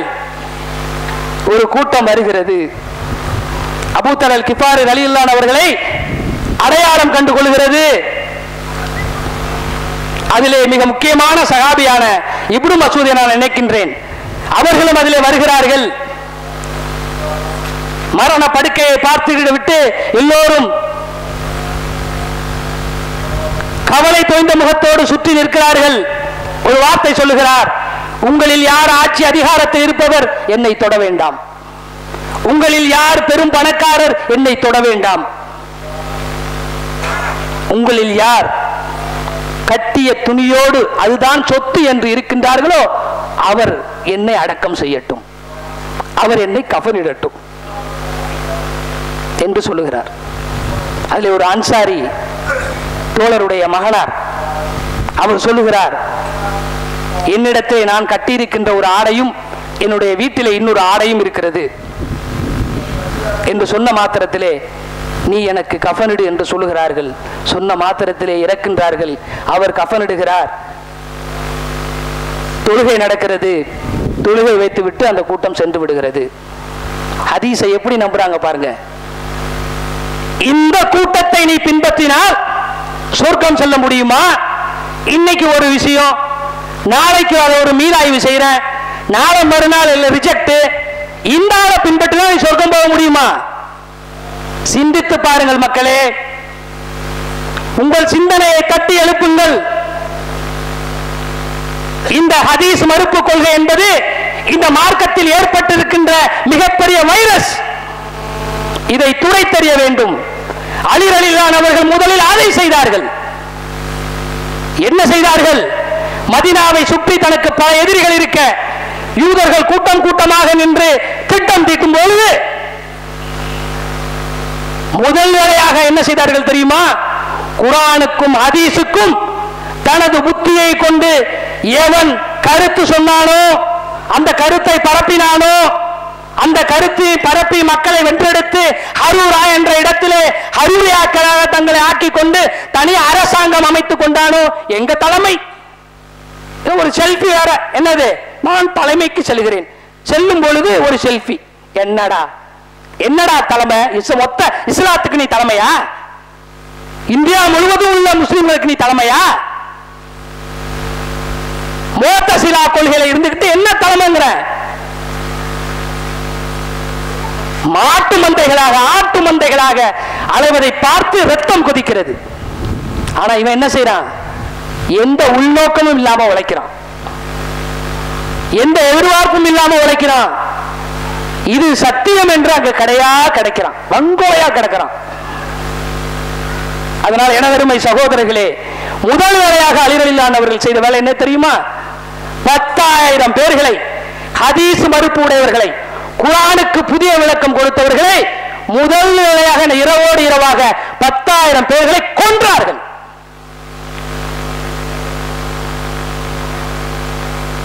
நீ இருக்கின்ற இந்த கொள்கைக்கு, இந்த நாட்டில் இஸ்லாமிய அரசு என்றால் இதுதான் உனக்கு தண்டனை, அறிந்து கொள். அப்படியே மாத்தி பாரு. இவங்க மெஜாரிட்டி ஆகி நம்ம மைனாரிட்டி ஆகிட்டோம், இவங்க கையில் ஆட்சி கிடைச்சிச்சு, நம்ம தான் கொன்றுவான். ஏன்? நம்ம முஷ்ரிக்கு, நம்ம காஃபிரு. இந்த டேஞ்சரை நீங்கள் விளங்க வேண்டும். அதனால் இந்த கொள்கை பாரதூரமான கொள்கை என்பதை நாம் புரிந்து கொள்ள வேண்டும். ஒரு இடத்துல சொல்றாரு, என்ன சொல்றாரு? சலஃபு கொள்கையை பற்றி சொல்லும் பொழுது இது ஒரு வழிகட்ட பிரிவு, அவ்வளவுலாம் ஒரு ஜமாத்து, குர்ஆனோடு ஹதீஸோ, குர்ஆனோ ஹதீஸோ அது என்ன சொல்லுகிறதோ அதுதான் மார்க்கம் என்று நாம எல்லாம் விளங்கி வச்சிருக்கிறோம். ஆனா இந்த சலஃபிங்க சொல்றாங்க, சலஃபுகள் யாராவது சொல்லி இருந்தால் தான் மார்க்கமாம். எவ்வளவு பெரிய பச்சை பொய்! அப்படி யாரு சொல்றா? எல்லாரும் குர்ஆன் சொன்னாலும் விட்டுருங்கப்பா. சலஃபுகள்ல யாராவது வந்து இதுக்கு கருத்து சொல்லியிருந்தாதான் நீங்க ஏத்துக்கணும்னு எந்த சலஃபுகளாவது சொல்லியிருக்காங்களா? சலஃபுகள்னா என்ன? நீங்க இமாம்ங்க பெருமக்களை எல்லாரையும் எடுத்துக்கொண்டாலும் அவங்க சலஃபுகள் தான். முஹத்திஸிகள் யாரை எடுத்துக்கொண்டாலும் அவர்கள் சலஃபுகள் தான். உலகம் முழுவதும் மார்க்கத்தை சொல்லக்கூடியவர்கள் சலஃபுகள் தான். ஆப்பிரிக்கா, அமெரிக்கா, ஆஸ்திரேலியா, எங்க வேணாலும் போ. நீ மண்ணடியில எந்த போயா அங்க போய் நீ மார்க்கத்தை பூத்திக்கிட்டு இருக்க? அப்ப இந்த வார்த்தையை பாரதூரமான வார்த்தையாக ஆக்கி வழிகேட்டின் பக்கம் இளைஞர்களை செலுத்தி தௌஹீதின் பெயரால் குஃபுருக்கு அழைத்து செல்லக்கூடிய ஒரு ஜமாத்தாக அது இயங்கி வருகிறது. அல்லாஹ்வின் தூதர் சொன்னார்கள், இந்த மதீனாவிலே நீங்கள் கல்வி எடுங்கள். கல்வி இருக்கின்ற இடம் இந்த மதீனா. அல்லாஹ்வின் தூதர் சொல்லுகிறார்கள், இந்த மார்க்கம் ஒரு நாள் சீர்கெட்டு போய்விடும். பாம்பு தன்னுடைய பொற்றில் அடைந்து கொள்வது போல இந்த இஸ்லாம் மதீனாவில் வந்து அடங்கிவிடும். அல்லாஹ்வின் தூதர் சொல்லுகிறார்கள். கல்வி அங்கதான்ப்பா இருக்கு. எதுக்கு போய் போய் உலமாக்கள்லாம் எதுக்கு போய் அங்க போய் படிக்கிறாங்க? இமாம் புகாரி ரஹ்மத்துல்லாஹி அலைஹி அவர்கள் அங்கே பிறந்திருந்தாலும் அரபியை கற்றுக்கொண்டு மதீனாவில் எத்தனை உலமாக்களிடம் கல்வி பயின்றிருக்கிறார்கள். ஏன் ஒண்ணு தெரியாதவங்களா? அவங்க எல்லாத்தையும் பார்க்கிறாங்க. அங்கதான் கல்வி இருக்கு. இவன் என்ன சொல்றான் தெரியுங்களா? சல்லிக்கு போறாங்க, சவுதி சல்லிக்காக பேசுறான். என்ன சவுதி சல்லி? என்ன இது ஒரு வார்த்தையாவே வச்சிருக்கான். எதுக்கு சவுதி சல்லிக்கு போயிட்டான்? என்ன சவுதி சல்லிங்கிற? நீ சம்பளம் வாங்காம வேலை செய்யறியா? உன் மாநில தலைவருக்கு சம்பளம் இருக்குல்ல, கிளையில கீழே உள்ள தாய்களுக்கு சம்பளம் இருக்குல்ல, மாநிலத்தில் உள்ள தாய்கள் அனைவருக்கும் 15,000 20,000 சம்பளம் இருக்குல்ல. நீ சம்பளம் வாங்காம தாவா பண்ண செய்ய வேண்டியதானே? ஓ முதுகுல கூறி அழுக்க வச்சுக்கிட்டு அடுத்தவங்களை போய் என்ன சொல்றது? சவுதி சல்லிக்கு போயிட்டான், சவுதி காசுக்கு போயிட்டான். நீ சம்பளம் வாங்காம பணி செய்திருக்கணும், காசு இல்லாம தாவா செய்யணும். செஞ்சிட்டு இந்த வார்த்தையை சொன்னீங்கன்னா ஒரு நியாயமாவது இருக்கும். நீங்கள் கொடுப்பதை நாம் கொச்சைப்படுத்தவில்லை. ஒருவர் முழு நேர ஊழியராக இந்த மார்க்கத்தை பற்றி எத்தி வைக்கிறார் என்றால் அவர் குடும்பத்தை யார் பார்ப்பது? நபி வழியிலே ஆதாரம் இருக்கிறது. ஆனா இவங்க செஞ்சா தப்பு இல்லையா? யாராவது மதீனாவில் அங்க இங்க போய் வேலை செஞ்சு அவங்க அங்க என்ன செஞ்சா அவங்க சம்பளம் வாங்கினா அது மட்டும் பாரதூரமான மோசமான ஒரு செயலாம். இதை நான் எதற்காக சொல்கிறேன் என்று சொன்னால், நபி ஸல்லல்லாஹு அலைஹி வஸல்லம் அவர்கள் கல்வியை அங்கிருந்து எடுக்க வேண்டும் என்று சொல்லி இருக்கிறார்கள். மதீனாவிலே கல்வியை எடுங்கள் அல்லாஹ்வின் தூதர் சொன்னது. இவன் மண்ணடியில எடுத்து நாசமா போறான், மண்ணா போறான். நான் கல்வியை வங்கோலைய மண்ணடியில தான் எடுப்பேன். நோண்டி நோண்டு அந்த அப்படியே எடுத்து எடுத்து தலையில வாரி வாரி கொட்டிக்கிறான். என்னதான் இருக்குமோ அந்த மண்ணடியில. அதனால எனது அருமை சகோதர சகோதரிகளே, கல்வியை எங்கிருந்து எடுக்க வேண்டும் என்பதில் நீங்கள் தெளிவு பெற வேண்டும்.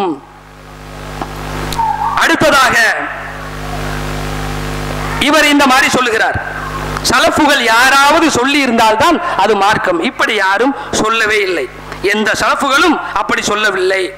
யாராவது அபூபக்கரை பின்பற்றுங்கள், உமரை பின்பற்றுங்கள், உஸ்மான் ரலியல்லாஹு அவர்களை பின்பற்றுங்கள் என்று சொல்லி அல்லாஹ்வின் தூதரை பின்பற்ற வேண்டாம், குர்ஆனை பின்பற்ற வேண்டாம் அப்படின்னு யாரும் சொல்லவும் இல்லை. அப்ப இதுவும் அவர்கள் சொல்லுகின்ற பொய்களில் மகா பெரும் பொய் என்பதை புரிந்து கொள்ள வேண்டும். அப்ப சலஃபுகள் என்னதான் சொல்லுகிறார்கள் அதை நம்ம பார்க்கணுமா இல்லையா? என்ன சொல்கிறார்கள் என்று சொன்னால், மார்க்கமாக இருந்தால், அல்லாஹ்வின் தூதர் சொல்லி இருந்தால் அது சஹாபாக்கள் சொல்லி இருப்பார்கள். மார்க்கம் என்று அல்லாஹ்வின் தூதர் எதை சொல்லி அவர்கள் வாயிலிருந்து உதிர்ந்து விட்டதோ அந்த செய்தி சஹாபாக்களிடம் வந்துவிடும். ஏன் எப்படி வரும்? அல்லாஹ்வின் தூதருக்கு எழுத தெரியாது, அல்லாஹ்வுடைய தூதருக்கு படிக்க தெரியாது. குர்ஆன் இருந்து குர்ஆன் என்று அல்லாஹ்வின் தூதர் சொன்னாலும் இந்த சஹாபாக்கள் தான் எழுத வேண்டும். ஹதீஸ் என்று அல்லாஹ்வின் தூதர் சொன்னாலும் இந்த சஹாபாக்கள் தான் எழுதி வைத்தார்கள். அல்லாஹ் அப்படி ஒரு செட்டப்பை என்ன ஒவ்வொரு நபிமார்களுக்கும் ஆக்கி வைத்திருக்கிறான். ஒவ்வொரு நபிமார்களுக்கும் நபியை தேர்ந்தெடுக்கும் போதே அவர்களுடைய தோழர்களையும் அல்லாஹ் தேர்ந்தெடுத்து விடுகிறான். அறிந்து கொள், அல்லாஹ் அவருடைய மார்க்கத்தை அவன் நாடிய பகுதிகளுக்கு செல்வதற்கு அல்லாஹ்வின் தூதர்களோடு அவர்களுடைய தோழர்களையும் அல்லாஹ் தேர்ந்தெடுத்து விடுகிறான். நீங்க உட்கார்ந்துகிட்டு 1400 வருஷத்துக்கு முன்னாடி உட்கார்ந்துகிட்டு என்ன குறை சொல்ற, குத்தம் சொல்ற. அவருக்கு ஒரு உமருக்கு ஒரு 70 மார்க், நமக்கு ஒரு 60 மார்க். எவன் போட்டான் உனக்கு? எங்க இருந்து வகி வந்துச்சு? மார்க் உனக்கு கொடுத்தது யாரு? அப்ப இப்படியெல்லாம் வாயில் வந்த வண்ணம் பேசிக்கொண்டு ஹதீஸ் மறுப்பு கொள்கை, வஹி மறுப்பு கொள்கையை தௌஹீதின் பெயரால் இவர்கள் சொல்லிக் கொண்டு இருப்பதை நாம் பார்க்கிறோம். உமர் பின் கத்தாப் ரலியல்லாஹு அவர்கள் சகாபாக்களை பார்த்து கேட்கிறார்கள். அபூபக்கர் ரலியல்லாஹு அவர்கள் இறந்து விடுகிறார்கள். உமர் ரலியல்லாஹு அவர்கள் அமீருல் மூமினாக தேர்ந்தெடுக்கப்படுகிறார்கள். அப்ப சகாபாக்களை பார்த்து கேட்கிறார்கள், உமராகிய நான் தவறு செய்தால் நீங்கள் என்ன செய்வீர்கள்? கேட்கிறார்கள். நான் தவறு செய்தால், நான் இப்ப உங்களுக்கு ஜனாதிபதி, நான் தவறு செய்தால் நீங்கள் என்ன செய்வீர்கள்? மையத்து செஞ்ச கூட்டம் எல்லாம் இந்த மாதிரி அப்படியே அமர்ந்திருக்கு. அப்படியே இப்ப நிசப்தமா இருக்கு, இந்த மாதிரி நிசப்தமா இருக்கு. ஒரு வயோதிகர் எழுந்து நிற்கிறார். எழுந்து, உமரே நான் பேசலாமா? சொல்லுங்க. நீர் தவறு செய்தால் இந்த வாளால் உன்னை நாங்கள் நேர்படுத்துவோம். வார்த்தையை கவனிக்கணும். குர்ஆன் சுன்னாவுக்கு மாற்றமா நீங்க ஏதாவது செஞ்சீங்கன்னு சொன்னா இந்த வாளால் உங்களை நாங்கள் நேர்படுத்துவோம். அல்லது இந்த வாள் உன்னை நீ மறுத்தால் இந்த வாள் உன்னை நேர்படுத்தும். என்னங்க அர்த்தம்? நாங்க சொல்லுவோம், நீங்க குர்ஆன் சுன்னாவுக்கு மாற்றமா நடந்தீங்கன்னு சொன்னா உங்ககிட்ட போர் செய்வோம். நீ அந்த தவறிலிருந்து விலகிக்கல, உன்னை காலி பண்ணிடுவோம். என்ன எப்படி சொல்றாங்க பாருங்க அந்த முதியவர். இந்த வாளால் உன்னை நாங்கள் நேர்படுத்துவோம் தவறு செய்தால், மறுத்தால் இந்த வாள் உன்னை நேர்படுத்தும். என்ன சொல்றாங்க உமர் ரலியல்லாஹு அவர்கள்? இதாங்க மன்ஹஜு ஸலஃப். நாங்க சஹாபாக்களை பின்பற்றின, அவங்களுக்கு என்ன எந்த நோக்கமும் கிடையாது. என்ன சொன்னார் தெரியுமா? உன்னை ஏத்து ஒரு வார்த்தை சொல்ல முடியல, உடனே பட்டையை கலப்பிடுற, மாவட்ட பொறுப்பா கிளை பொறுப்பா எல்லாத்தையும் நம்மளை எடுத்து பேசி அவன் வச்சிருந்தா சரி வராதுப்பா, தூக்கு தூக்கு, அண்டர் கிரவுண்ட் வேலை பார்க்கிற. இத மாதிரியா உமர் பின் கத்தாப் ரலியல்லாஹு அவர்கள் சொன்னார், அல்ஹம்துலில்லாஹ், அல்லாஹு அக்பர், அல்ஹம்துலில்லாஹ். உமர் ஒருபோதும் அழிகிட மாட்டான். ஏன்? நேர்படுத்த நீங்கள் இருக்கின்றீர்கள். இப்படிப்பட்ட நபித்தோழர்கள் அவர்கள். உன்ன மாதிரி இன்னைக்கு ஒண்ணு நாளைக்கு ஒண்ணு பேசக்கூடிய ஆளு கிடையாது. இன்னைக்கு இதெல்லாம் ஓதுங்க, அடுத்த ரமலானுக்கு ஓதாதீங்க. ஏன்? நான் மீளாய்வு செஞ்சிட்டேன். இப்படி அவர்களுடைய செயல்களை நாம் பார்க்கிறோம். அதனால் எனது அருமை சகோதரர்களே, ஒரே ஒரு வரலாற்றை சொல்லிக்கொண்டு நான் முடித்து விடுகிறேன். இப்படி உமர் ரலியல்லாஹு அவர்கள் சொல்கிறார்கள், என்னை திருத்துவதற்கு ஆள் இருக்கிறது, உமர் தவறு செய்ய மாட்டான். எனவே எந்த சகாபாக்களும் தங்களை பின்பற்ற வேண்டும் என்று சொல்லவில்லை. எல்லோரும் அல்லாஹ்வின் தூதரை பின்பற்றினார்கள். அந்த பாதை தான் சரியான பாதை என்பதை சொல்லிக் கொள்கிறேன். அதற்கு அடுத்ததாக சலஃபுகள் தான் சொன்னதுதான் மார்க்கம் என்று சொல்லவில்லை என்பதை சொல்லிட்டோம். மார்க்கமாக இருந்தால் அவர்கள் அதை சொல்லி இருப்பார்கள் என்பதற்கான ஒரு வரலாற்று தொடரை நான் சொல்லுகிறேன். அதை சொல்லிவிட்டு நான் முடிச்சுக்கிறேன். என்னன்னு சொன்னா, அஹ்மத் பின் ஹம்பல் அவர்கள் வாழ்கின்ற காலத்திலே அவர்களுடைய வார்த்தையிலிருந்து வரலாற்றிலிருந்து சில துணுக்குகளை நான் சொல்கிறேன். ஹாரூனா ரஷீத் மகனார் மாமூன் ரஷீத் அவர்களுடைய ஆட்சி காலம். இவரின் ஆட்சி காலத்தில் ஹவாரிஜிகள், ஹதிரியாக்கள், ஷியாக்கள், ஜஹமியாக்கள், இப்படி நிறைய குழுக்கள் வாழ்ந்து கொண்டிருக்கின்றன. அனைவரும் தங்களை முஸ்லிம்கள் என்று பிரகடனப்படுத்திக் கொள்கிறார்கள்.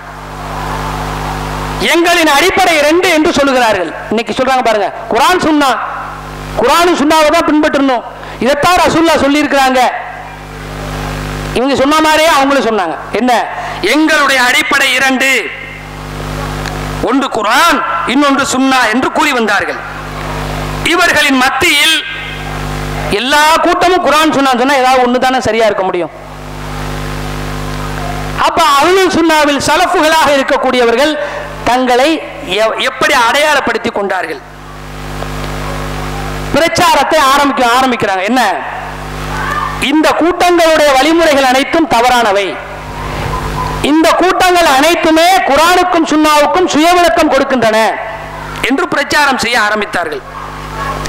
அவர்களிடம் சஹாபாக்களிடம் பாடம் பயின்ற மாணவர்கள் அந்த காலகட்டத்தில் பயின்றவர்களிடம் தங்களை அடையாளம் காட்ட வேண்டிய அவசியம் ஏற்பட்டுவிட்டது. வழிகேடல் அனைவரும் முஸ்லிம்கள் என்று சொல்வதால் தங்களை சலஃபுகள் என்று சொல்ல வேண்டிய, அல்லது அஹ்லுல் சுன்னா அல்லது அஹ்லுல் ஹதீஸ் என்று சொல்லக்கூடிய ஒரு நிலை ஏற்பட்டது.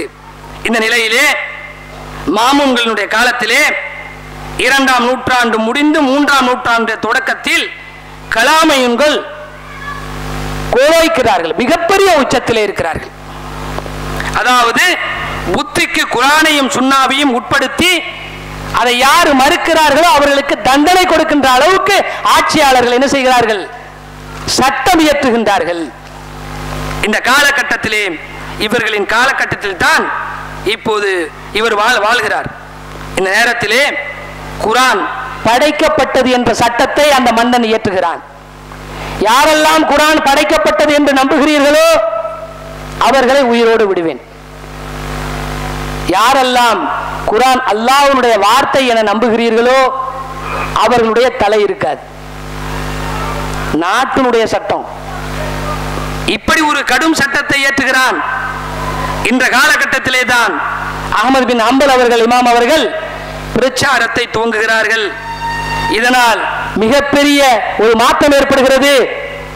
அதனால் அவரை சிறையிலே அடைக்கின்றான். சிறையிலே அடைத்து அஹ்மத் பின் அபிதாவை நேற்று கூட ஷேக் அவங்க சொன்னாங்க, அந்த அறிஞர் மிகப்பெரிய ஞானியாக அரசவையிலே இருக்கிறான். 4வது கலீஃபாவுடைய காலகட்டத்திலே இமாமை விசாரணைக்காக அழைக்கின்றார்கள். விசாரணைக்காக ஒவ்வொரு காலகட்டத்திலும் அழைக்கிறாங்க, தண்டிக்கிறது, அடிக்கிறது. அதனால்தான் என்ன, ஹம்பலி மதகுகாரங்க கையை தொங்க விட்டுக்குவாங்க. ஏன்னா இமாம் அவர்களை குர்ஆன் படைக்கப்பட்டதா அல்லாஹ்வுடைய வார்த்தையா, குர்ஆன் படைக்கப்பட்டதுன்னு ஒத்துக்க, அல்லாஹ்வுடைய வார்த்தை பிரச்சாரத்தை நிறுத்து என்று அடிப்பான். அடிக்கும் போது 2 கைகளும் செயலிழந்து போனது. அதனால்தான் அவர்கள் இப்படியே நின்று தொழுதார்கள். அந்த இமாமை பின்பற்றியவர்களும் இன்னைக்கும் வெளிநாடுக்கு போனா ஹம்பலி மதகுகாரன் கையை விட்டு தொழுவாங்க. இது அந்த வரலாற்றில் வரக்கூடிய ஒரு முக்கிய சம்பவம். இந்த நேரத்திலே 3 மன்னர்கள் போன பிறகு கடைசியாக 4வது கலீஃபா காலத்திலே இதை மாதிரி கூப்பிட்டு விடுறாங்க. அப்பவும் யார் இருக்கா? இந்த அகமது தான் பெரிய அறிஞனாங்க அரசவையில வீட்டு இருக்கான். அந்த காலகட்டத்திலே சிறையில் அழைக்கப்பட்டவர்கள் எல்லாம் விசாரணைக்காக புதிய கலீஃபா அமீருல் மூமினின் கூப்பிடுறாரு. கூப்பிட்ட உடனே இவங்களுடைய கோட்டா வருது. யாரு? இமாம் அஹ்மத் பின் ஹம்பலுடைய கோட்டா வருது. யார் இவர்? இப்படி நம்ம அரசாங்க சட்டத்துக்கு எதிராக பிரச்சாரம் பண்ணிக்கிட்டு இருக்கிறாரு, அதனால சிறையில் வச்சிருக்கோம். அப்படியா? சரி, விசாரிப்போம், கொண்டு வாங்க. கொண்டு வரப்படுகிறார். கொண்டு வந்த அந்த தர்பாரிலே கொண்டு வரப்படும் போது சலாம் சொல்கிறார்.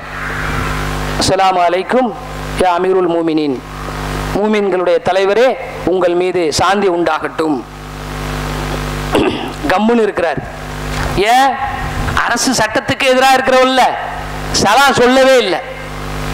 அப்ப இவங்க சொல்றாங்க, அமீருல் மூமினினே, அல்லாஹ் குர்ஆனில் சொல்லவில்லையா? நம்ம 2 பேருக்கும் குர்ஆன் ஒன்று தானே? உங்களுக்கு முஹம்மது சலாம் சொல்லப்பட்டால் அதையோ அதைவிட சிறப்பானதையோ சொல்லுங்கள் என்று அல்லாஹ் குர்ஆனிலே சொல்லவில்லையா என்று சொன்ன மாத்திரத்திலே, குர்ஆனை கோடிட்டு காட்டிய மாத்திரத்திலே கலீஃபா என்ன செய்யறாரு? ஒரு சடஞ்சவரா வலைக்கும் சலாம் சொல்றார். உடனே மன்னர், அகமதே, இந்த ஹம்பலுடன் என்ன பிரச்சனை என்று பேசுங்கள் என்று சொல்லுகிறார். தர்பாரின் அறிஞர் இவரிடம் பல ஆண்டுகளாக கேட்கப்பட்டு விட்டது, இப்ப போய் புதுசா என்ன கேட்கிறது? இல்ல கேளுங்க, என் முன்னாடி கேளுங்க. சரி, அமீருல் மூமினின் சொன்னதுக்காக நான் கேட்கிறார். குர்ஆன் படைக்கப்பட்டதா அல்லாஹ் அவருடைய வார்த்தையா? நான் இந்த வரலாறு எதுக்கு சொல்றேன் தெரியுங்களா? குர்ஆனை சுன்னாவையும் சுய புத்திக்கு விளங்கினவங்க இங்கதான் போய் நிற்கும், அதுக்காக நான் சொல்றேன் என்று கேட்கிறார்கள். இமாம் அஹ்மத் பின் ஹம்பல் அவர்கள் சொல்லுகிறார்கள், குர்ஆன் படைக்கப்பட்டதுதான். பார்த்தீங்களா, குர்ஆன் இது அல்லாஹ்வுடைய வார்த்தை தான் சொல்றாங்க. பார்த்தீங்களா, இதைத்தான் இவ்வளவு வருஷமா இவர் சொல்லிக்கிட்டு இருக்கிறாரு அப்படின்னு சொன்ன உடனே இமாம் அஹ்மத் பின் ஹம்பல் கலீஃபாவை பார்த்து கேட்கிறார்கள், இதனால் வரையும் நீங்கள் என்ன விசாரித்தீர்கள்? நீங்களே பேசினீர்கள். அமீருல் மூமினீனே, நான் உங்கள் அரசவையினுடைய அறிஞரை பார்த்து நான் சில வார்த்தைகள் பேச வேண்டும், அனுமதிப்பீர்களா? சரி பேசுங்க, அனுமதி கொடுக்கிறார். கொடுத்த மாத்திரத்திலே கேட்கிறார்கள், அந்த அகமதை பார்த்து கேட்க, சரிப்பா, குர்ஆன் படைக்கப்பட்டது என்று நீ சொல்வது சரியாக இருந்தால் அது அல்லாஹ் குர்ஆனிலே எங்கே சொல்லி இருக்கிறான்? குர்ஆன் படைக்கப்பட்டது நாட்டினுடைய சட்டம். முஸ்லீம்கள் எல்லாம் எவ்வளவு பெரிய பாரமான காலகட்டம் விளங்கணும். முஸ்லீம்கள் எல்லாம் இப்படி நம்பினா தான் வாழ முடியும் அந்த நாட்டில். அப்ப இப்படி ஒரு சட்ட சூழ்நிலையிலே இந்த சட்டத்தை குர்ஆனில் எங்கேயாவது அல்லாஹ் கூறுகிறானா சொல்லுங்கள் கேட்கிறார்கள். அந்த ஆளு மௌனமா இருக்கிறார். சரி, அல்லாஹ்வின் தூதர் ஸல்லல்லாஹு அலைஹி வஸல்லம் அவர்களாவது தங்களுடைய ஹதீஸ்களிலே ஆதாரப்பூர்வமான செய்திகளிலே குர்ஆன் படைக்கப்பட்டது என்று சொல்லி இருக்கின்றார்களா? மௌனமாக இருக்கிறான். சரி, அல்லது அல்லாஹ்வின் தூதரிடத்தில் நேரடி பாடம் பயின்ற அபூபக்கர் ரலியல்லாஹு அன்ஹு அவர்கள் எங்கேயாவது குர்ஆன் படைக்கப்பட்டது என்று சொல்லி இருக்கிறார்களா? கவனிக்கணும். இமாம் அவர்கள் அடுத்தது என்ன கொண்டு வராங்க ஆதாரமா? மார்க்கத்தின் ஆணிவேர் சஹாபத்துவத்தை தூக்கி எறிந்து விட்டு நீ மார்க்கத்தை பின்பற்ற நாசமா போயிருவ. எப்படி கேட்கிறாங்க? அல்லாஹ்வை கேட்டு விட்டு ரசூலை கேட்டு விட்டு, சரி ஏன் சஹாபாக்கள் தானே எழுதுறாங்க, சஹாபாக்களுக்கு மார்க்கம் வந்த எந்த செய்தியும் ஒருவருக்கு தெரியவில்லை என்றாலும் இன்னொருவருக்கு தெரிந்திருக்கிறது. அந்த ஆதாரத்தை எடுக்கிறோமா இல்லையா? நேற்று கூட அண்ணன் பேசுறார், ஆயிஷா அம்மா அப்படி சொல்றாங்க இப்படி சொல்றாங்க அந்த சட்டத்தை, இதை பாருங்க, இப்ப அதுக்காக இவங்க குர்ஆனுக்கு மோதுன்னு சொல்ல முடியுமா? இன்னொரு சஹாபி சொல்லிட்டார் இல்லையா, உனக்கா வகி வந்துச்சு, இன்னொரு சஹாபி சொன்னதும் அங்கே தானே இருக்கு, என்னமோ நீ கண்டுபிடிச்ச மாதிரி பேசுற. அப்ப இதை சொல்லுகிறார்கள். அபூபக்கர் ரலியல்லாஹு அன்ஹு அவர்கள் சொன்னார்களா? இந்த முடிச்சுக்கிறேன், இல்லை சொல்லுகிறார் அவர். சரி, உமர் ரலியல்லாஹு அன்ஹு அவர்களாவது குர்ஆன் படைக்கப்பட்டது என்று சொல்லி இருக்கின்றார்களா? இல்லை என அந்த தர்பாருடைய அறிஞர் கூறுகிறார். சரி, அவர்களுக்கு இந்த விஷயம் தெரியாமல் இருந்தார்கள், இந்த விஷயம் அவங்களுக்கு தெரியலன்னு நீ சொல்ல வரியா? இந்த விஷயம்லாம் உங்களுக்கு நீ மார்க்கமாக்கி வச்சிருக்க, சட்டமாக்கி வச்சிருக்க. இந்த விஷயம் குர்ஆனில் இல்லை, அல்லாஹ்வின் தூதர் சொல்லவில்லை, அபூபக்கர் ரலியல்லாஹு அன்ஹு சொல்லவில்லை, உமர் ரலியல்லாஹு அன்ஹு அவர்கள் சொல்லவில்லை, உஸ்மான் ரலியல்லாஹு அன்ஹு அவர்கள் சொல்லவில்லை, அலி ரலியல்லாஹு அன்ஹு அவர்கள் சொல்லவில்லை. இப்படி இருக்க இவர்களுக்கெல்லாம் தெரியாமல் இருந்தது என்று நீ சொல்ல வருகிறாயா? மௌனமா இருக்கான். சரி, அல்லது தெரிந்தும் சொல்லாமல் இருந்தார்கள் என்று நீ சொல்ல வருகிறாயா? தெரிஞ்சுக்கிட்டே மறைச்சிட்டாங்கன்னு சஹாபாக்கள் மேல நீ குற்றம் சுமத்துறியா? அப்படியாவது சொல்லு, இந்த செய்தி எங்க இருந்து உனக்கு வந்தது? வார்த்தைகளை கவனிக்க வேண்டும். மௌனமாக இருக்கிறான். இந்த நிலையிலே யா நுகத் இப்னு நுகத், மடையனே, மடையனுடைய மகனே, அல்லது அறிவுகட்டவனே, அறிவுகட்டவனுடைய மகனே என்று கலீஃபா இருக்க அந்த மாமேதையை பார்த்து அஹ்மத் பின் ஹம்பல் அவர்கள் திட்டுகிறார்கள்.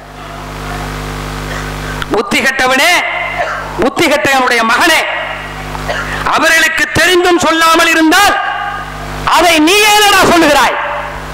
இத உனக்கும் வச்சிருக்கேன். தௌஹீத் தௌஹீத்னு பேசுறியே, இதான் உனக்கும் பாயிண்ட். சஹாபாக்களுக்கு தெரியாமல் இருந்த விஷயம் மறைத்திருந்தால் என்ன உனக்கு எங்கிருந்து தெரிய வந்தது? இது அதுதான் இந்த தலைப்பு, இதுலதான் முடியுது. உனக்கு இதான் செக்கு. அவர்களுக்கு தெரிந்தும் சொல்லாமல் இருந்தால் அதை நீ ஏனடா சொல்லுகிறாய்? சில விஷயத்தை ரசூலுல்லாஹ் ரகசியமா சொல்லி வச்சிருப்பாங்க, சஹாபாக்கள் சொல்ல மாட்டாங்க. காலம் வரும்போது சொல்வார்கள். 2 முடிச்சு ரசூலுல்லாஹ் கொடுத்தாங்க, ஒன்றை அவிழ்த்து விட்டு இன்னொன்றை அவிழ்க்க முடியும், அவிழ்த்தால் என்னுடைய தலை துண்டிக்கப்பட்டு விடும். யாரு சொன்னா? அபூ ஹுரைரா ரலியல்லாஹு சொன்னாங்க. ஏன் இந்த மாதிரி காலகட்டத்தில் இதெல்லாம் ரசூலுல்லாஹ் இப்படிப்பட்டவெல்லாம் ஆட்சிக்கு வருவான் அப்படிங்கிறத சொல்லிட்டா தலையை வெட்டிடுவான். அப்ப சில விஷயத்தை மறைவாகவே வைத்திருப்பார்கள். அப்ப இதை வைத்து அவர்கள் கேட்கிறார்கள், அவர்களுக்கு தெரிந்தும் சொல்லாமல் இருந்தால் அதை நீ என்னடா சொல்லுகிறாய்? அல்லது அவர்கள் தெரியாமல் சொல்லுகிறார்கள் என்றால் அவர்களுக்கு தெரியாத விஷயம் மறையனே உனக்கு எப்படியடா தெரிய வந்தது? ரசூலுல்லாஹ் ஒரு விஷயத்தை சொல்லி இவங்களுக்கு தெரியல, சகாபாக்களுக்கு தெரியாத விஷயம் உனக்கு எங்கிருந்து வந்துச்சு? அவங்க ஏன்னா அவங்க தானே எழுதினவங்க, எல்லாம் பண்ணவங்க. உனக்கு எங்க வகையா வந்துச்சு? அற்புதமான கேள்வி சகோதரர்களே. இதுதான் கியாமத் நாள் வரையும் கேள்வி இதுதான். அப்ப இப்படி கேட்கிறார்கள், அவர்களுக்கு தெரிந்தும் சொல்லாமல் இருந்தால் அதை நீ என்னடா சொல்லுகிறாய்? அவர்கள் தெரியாமல் சொல்லுகிறார்கள் என்று சொன்னால் அவர்களுக்கு தெரியாத விஷயம் உனக்கு எப்படியடா தெரியும் என்று சொன்னபோது ஓங்கி மேஜையிலே கையை அடித்து முகத்திலே வைத்து இப்படி சிரிக்கின்றார்கள் கலீஃபா அவர்கள். கடகடவனை சிரிக்கிறார். அவ்வளவையும் பார்த்து கொண்டிருக்கின்றார்கள். இப்படி கேட்ட மாத்திரத்திலே அவனிடமிருந்து எந்த பதிலும் வராமல் இருக்கும்போது மன்னர் சிரித்து விடுகிறார். உடனே கட்டளை இடுகிறார்கள், சட்டத்தை மாற்றுங்கள். குர்ஆன் அல்லாஹ்வினுடைய கலாம், அல்லாஹ்வினுடைய வார்த்தை. இவன்தான் இதை மார்க்கமாக்கி மக்களை மறையனாக்கி சட்டமுமாக்கி இத்துணை ஆண்டு காலம் பல ஆயிரம் பேர்களை இவன் கொன்றும் இருக்கிறான். இதனால் இவனை சிறையில் அடையுங்கள், இவரை மார்க்க அவையினுடைய தலைவராக்குங்கள் என்று கலீஃபா சொல்லுகிறார். நான் எதற்காக இந்த வரலாற்றை நான் சொல்லுகிறேன் என்று சொன்னால், ஒரு அடிப்படையை நீங்கள் விளங்க வேண்டும். மார்க்கம் என்று வந்தால் நிச்சயமாக அது சகாபாக்களுக்கு தெரியாமல் ஒரு விடயமும் என்ன செய்ய முடியாது, புதிதாக எவனும் யாரும் கண்டுபிடிக்க முடியாது. பூர்த்தியாக்கப்பட்டது, சம்பூர்ணமாக்கப்பட்டது. அண்ணன் வந்தாலும் தம்பி வந்தாலும் எவன் சொன்னாலும் சரி அது மார்க்கமாகாது. பூரணமாக்கப்பட்ட சம்பூர்ணமாக்கப்பட்ட மார்க்கத்திலே நீ ஆய்வு செய், நான் ஆய்வு செய்யு, குரங்கு ஆபத்தை பிச்சுக்கிற மாதிரி பிச்சு நாசமாக்குறீங்களா? அல்லாஹ்வை அஞ்சி கொள்ளுங்கள், அல்லாஹ்வை பயந்து கொள்ளுங்கள். நீங்கள் அஹ்லுஸ் சுன்னாவுக்கு வராதவரை, நீங்கள் மன்ஹஜ் ஸலஃபுக்கு வராதவரை நீங்கள் ஒரு காலம் நேர்வழி பெற முடியாது. ஏன்? மார்க்கம் சம்பூர்ணமாக்கப்பட்டது. அந்த சகாபாக்களுடைய பாதை தெளிவான நீரோடையது. எந்த விதமான எதிர்பார்ப்பும் இல்லாமல் அல்லாஹ்வுக்காகவே வாழ்ந்து அல்லாஹ்வுக்காகவே உயிரை விட்டு அல்லாஹ்வின் தூதரை உயிருக்கு உயிராக நேசித்த கூட்டம் அது. அதனால்தான் அல்லாஹ் ரலியல்லாஹு அன்ஹு வ ரலுவான் என்று சொல்லுகிறான். பொருந்து கொண்டு விட்டேன்னு சொல்லிட்டான் அல்லாஹ். உனக்கோ எனக்கோ பொருத்தம்லாம் சொல்லவே முடியாது. அல்லாஹ் பொருந்தி கொண்டு விட்ட கூட்டம். அந்த கூட்டம் செல்லுகின்ற பாதைதான் சிறப்பான பாதை, தெளிவான பாதை, உயர்வான பாதை என்பதை கூறிக்கொண்டு என்னுடைய உரையை முடிக்கிறேன். வாஹிர் தவானா அல்ஹம்துலில்லாஹி ரப்பில் ஆலமீன். அஸ்ஸலாமு அலைக்கும் வரஹ்மத்துல்லாஹி வபரகாத்துஹு. சுப்ஹானல்லாஹி வ பிஹம்திஹி அஷ்ஹது அல்லா இலாஹா இல்லா அன்த அஸ்தக்ஃபிருக வ அத்தூபு இலைக்.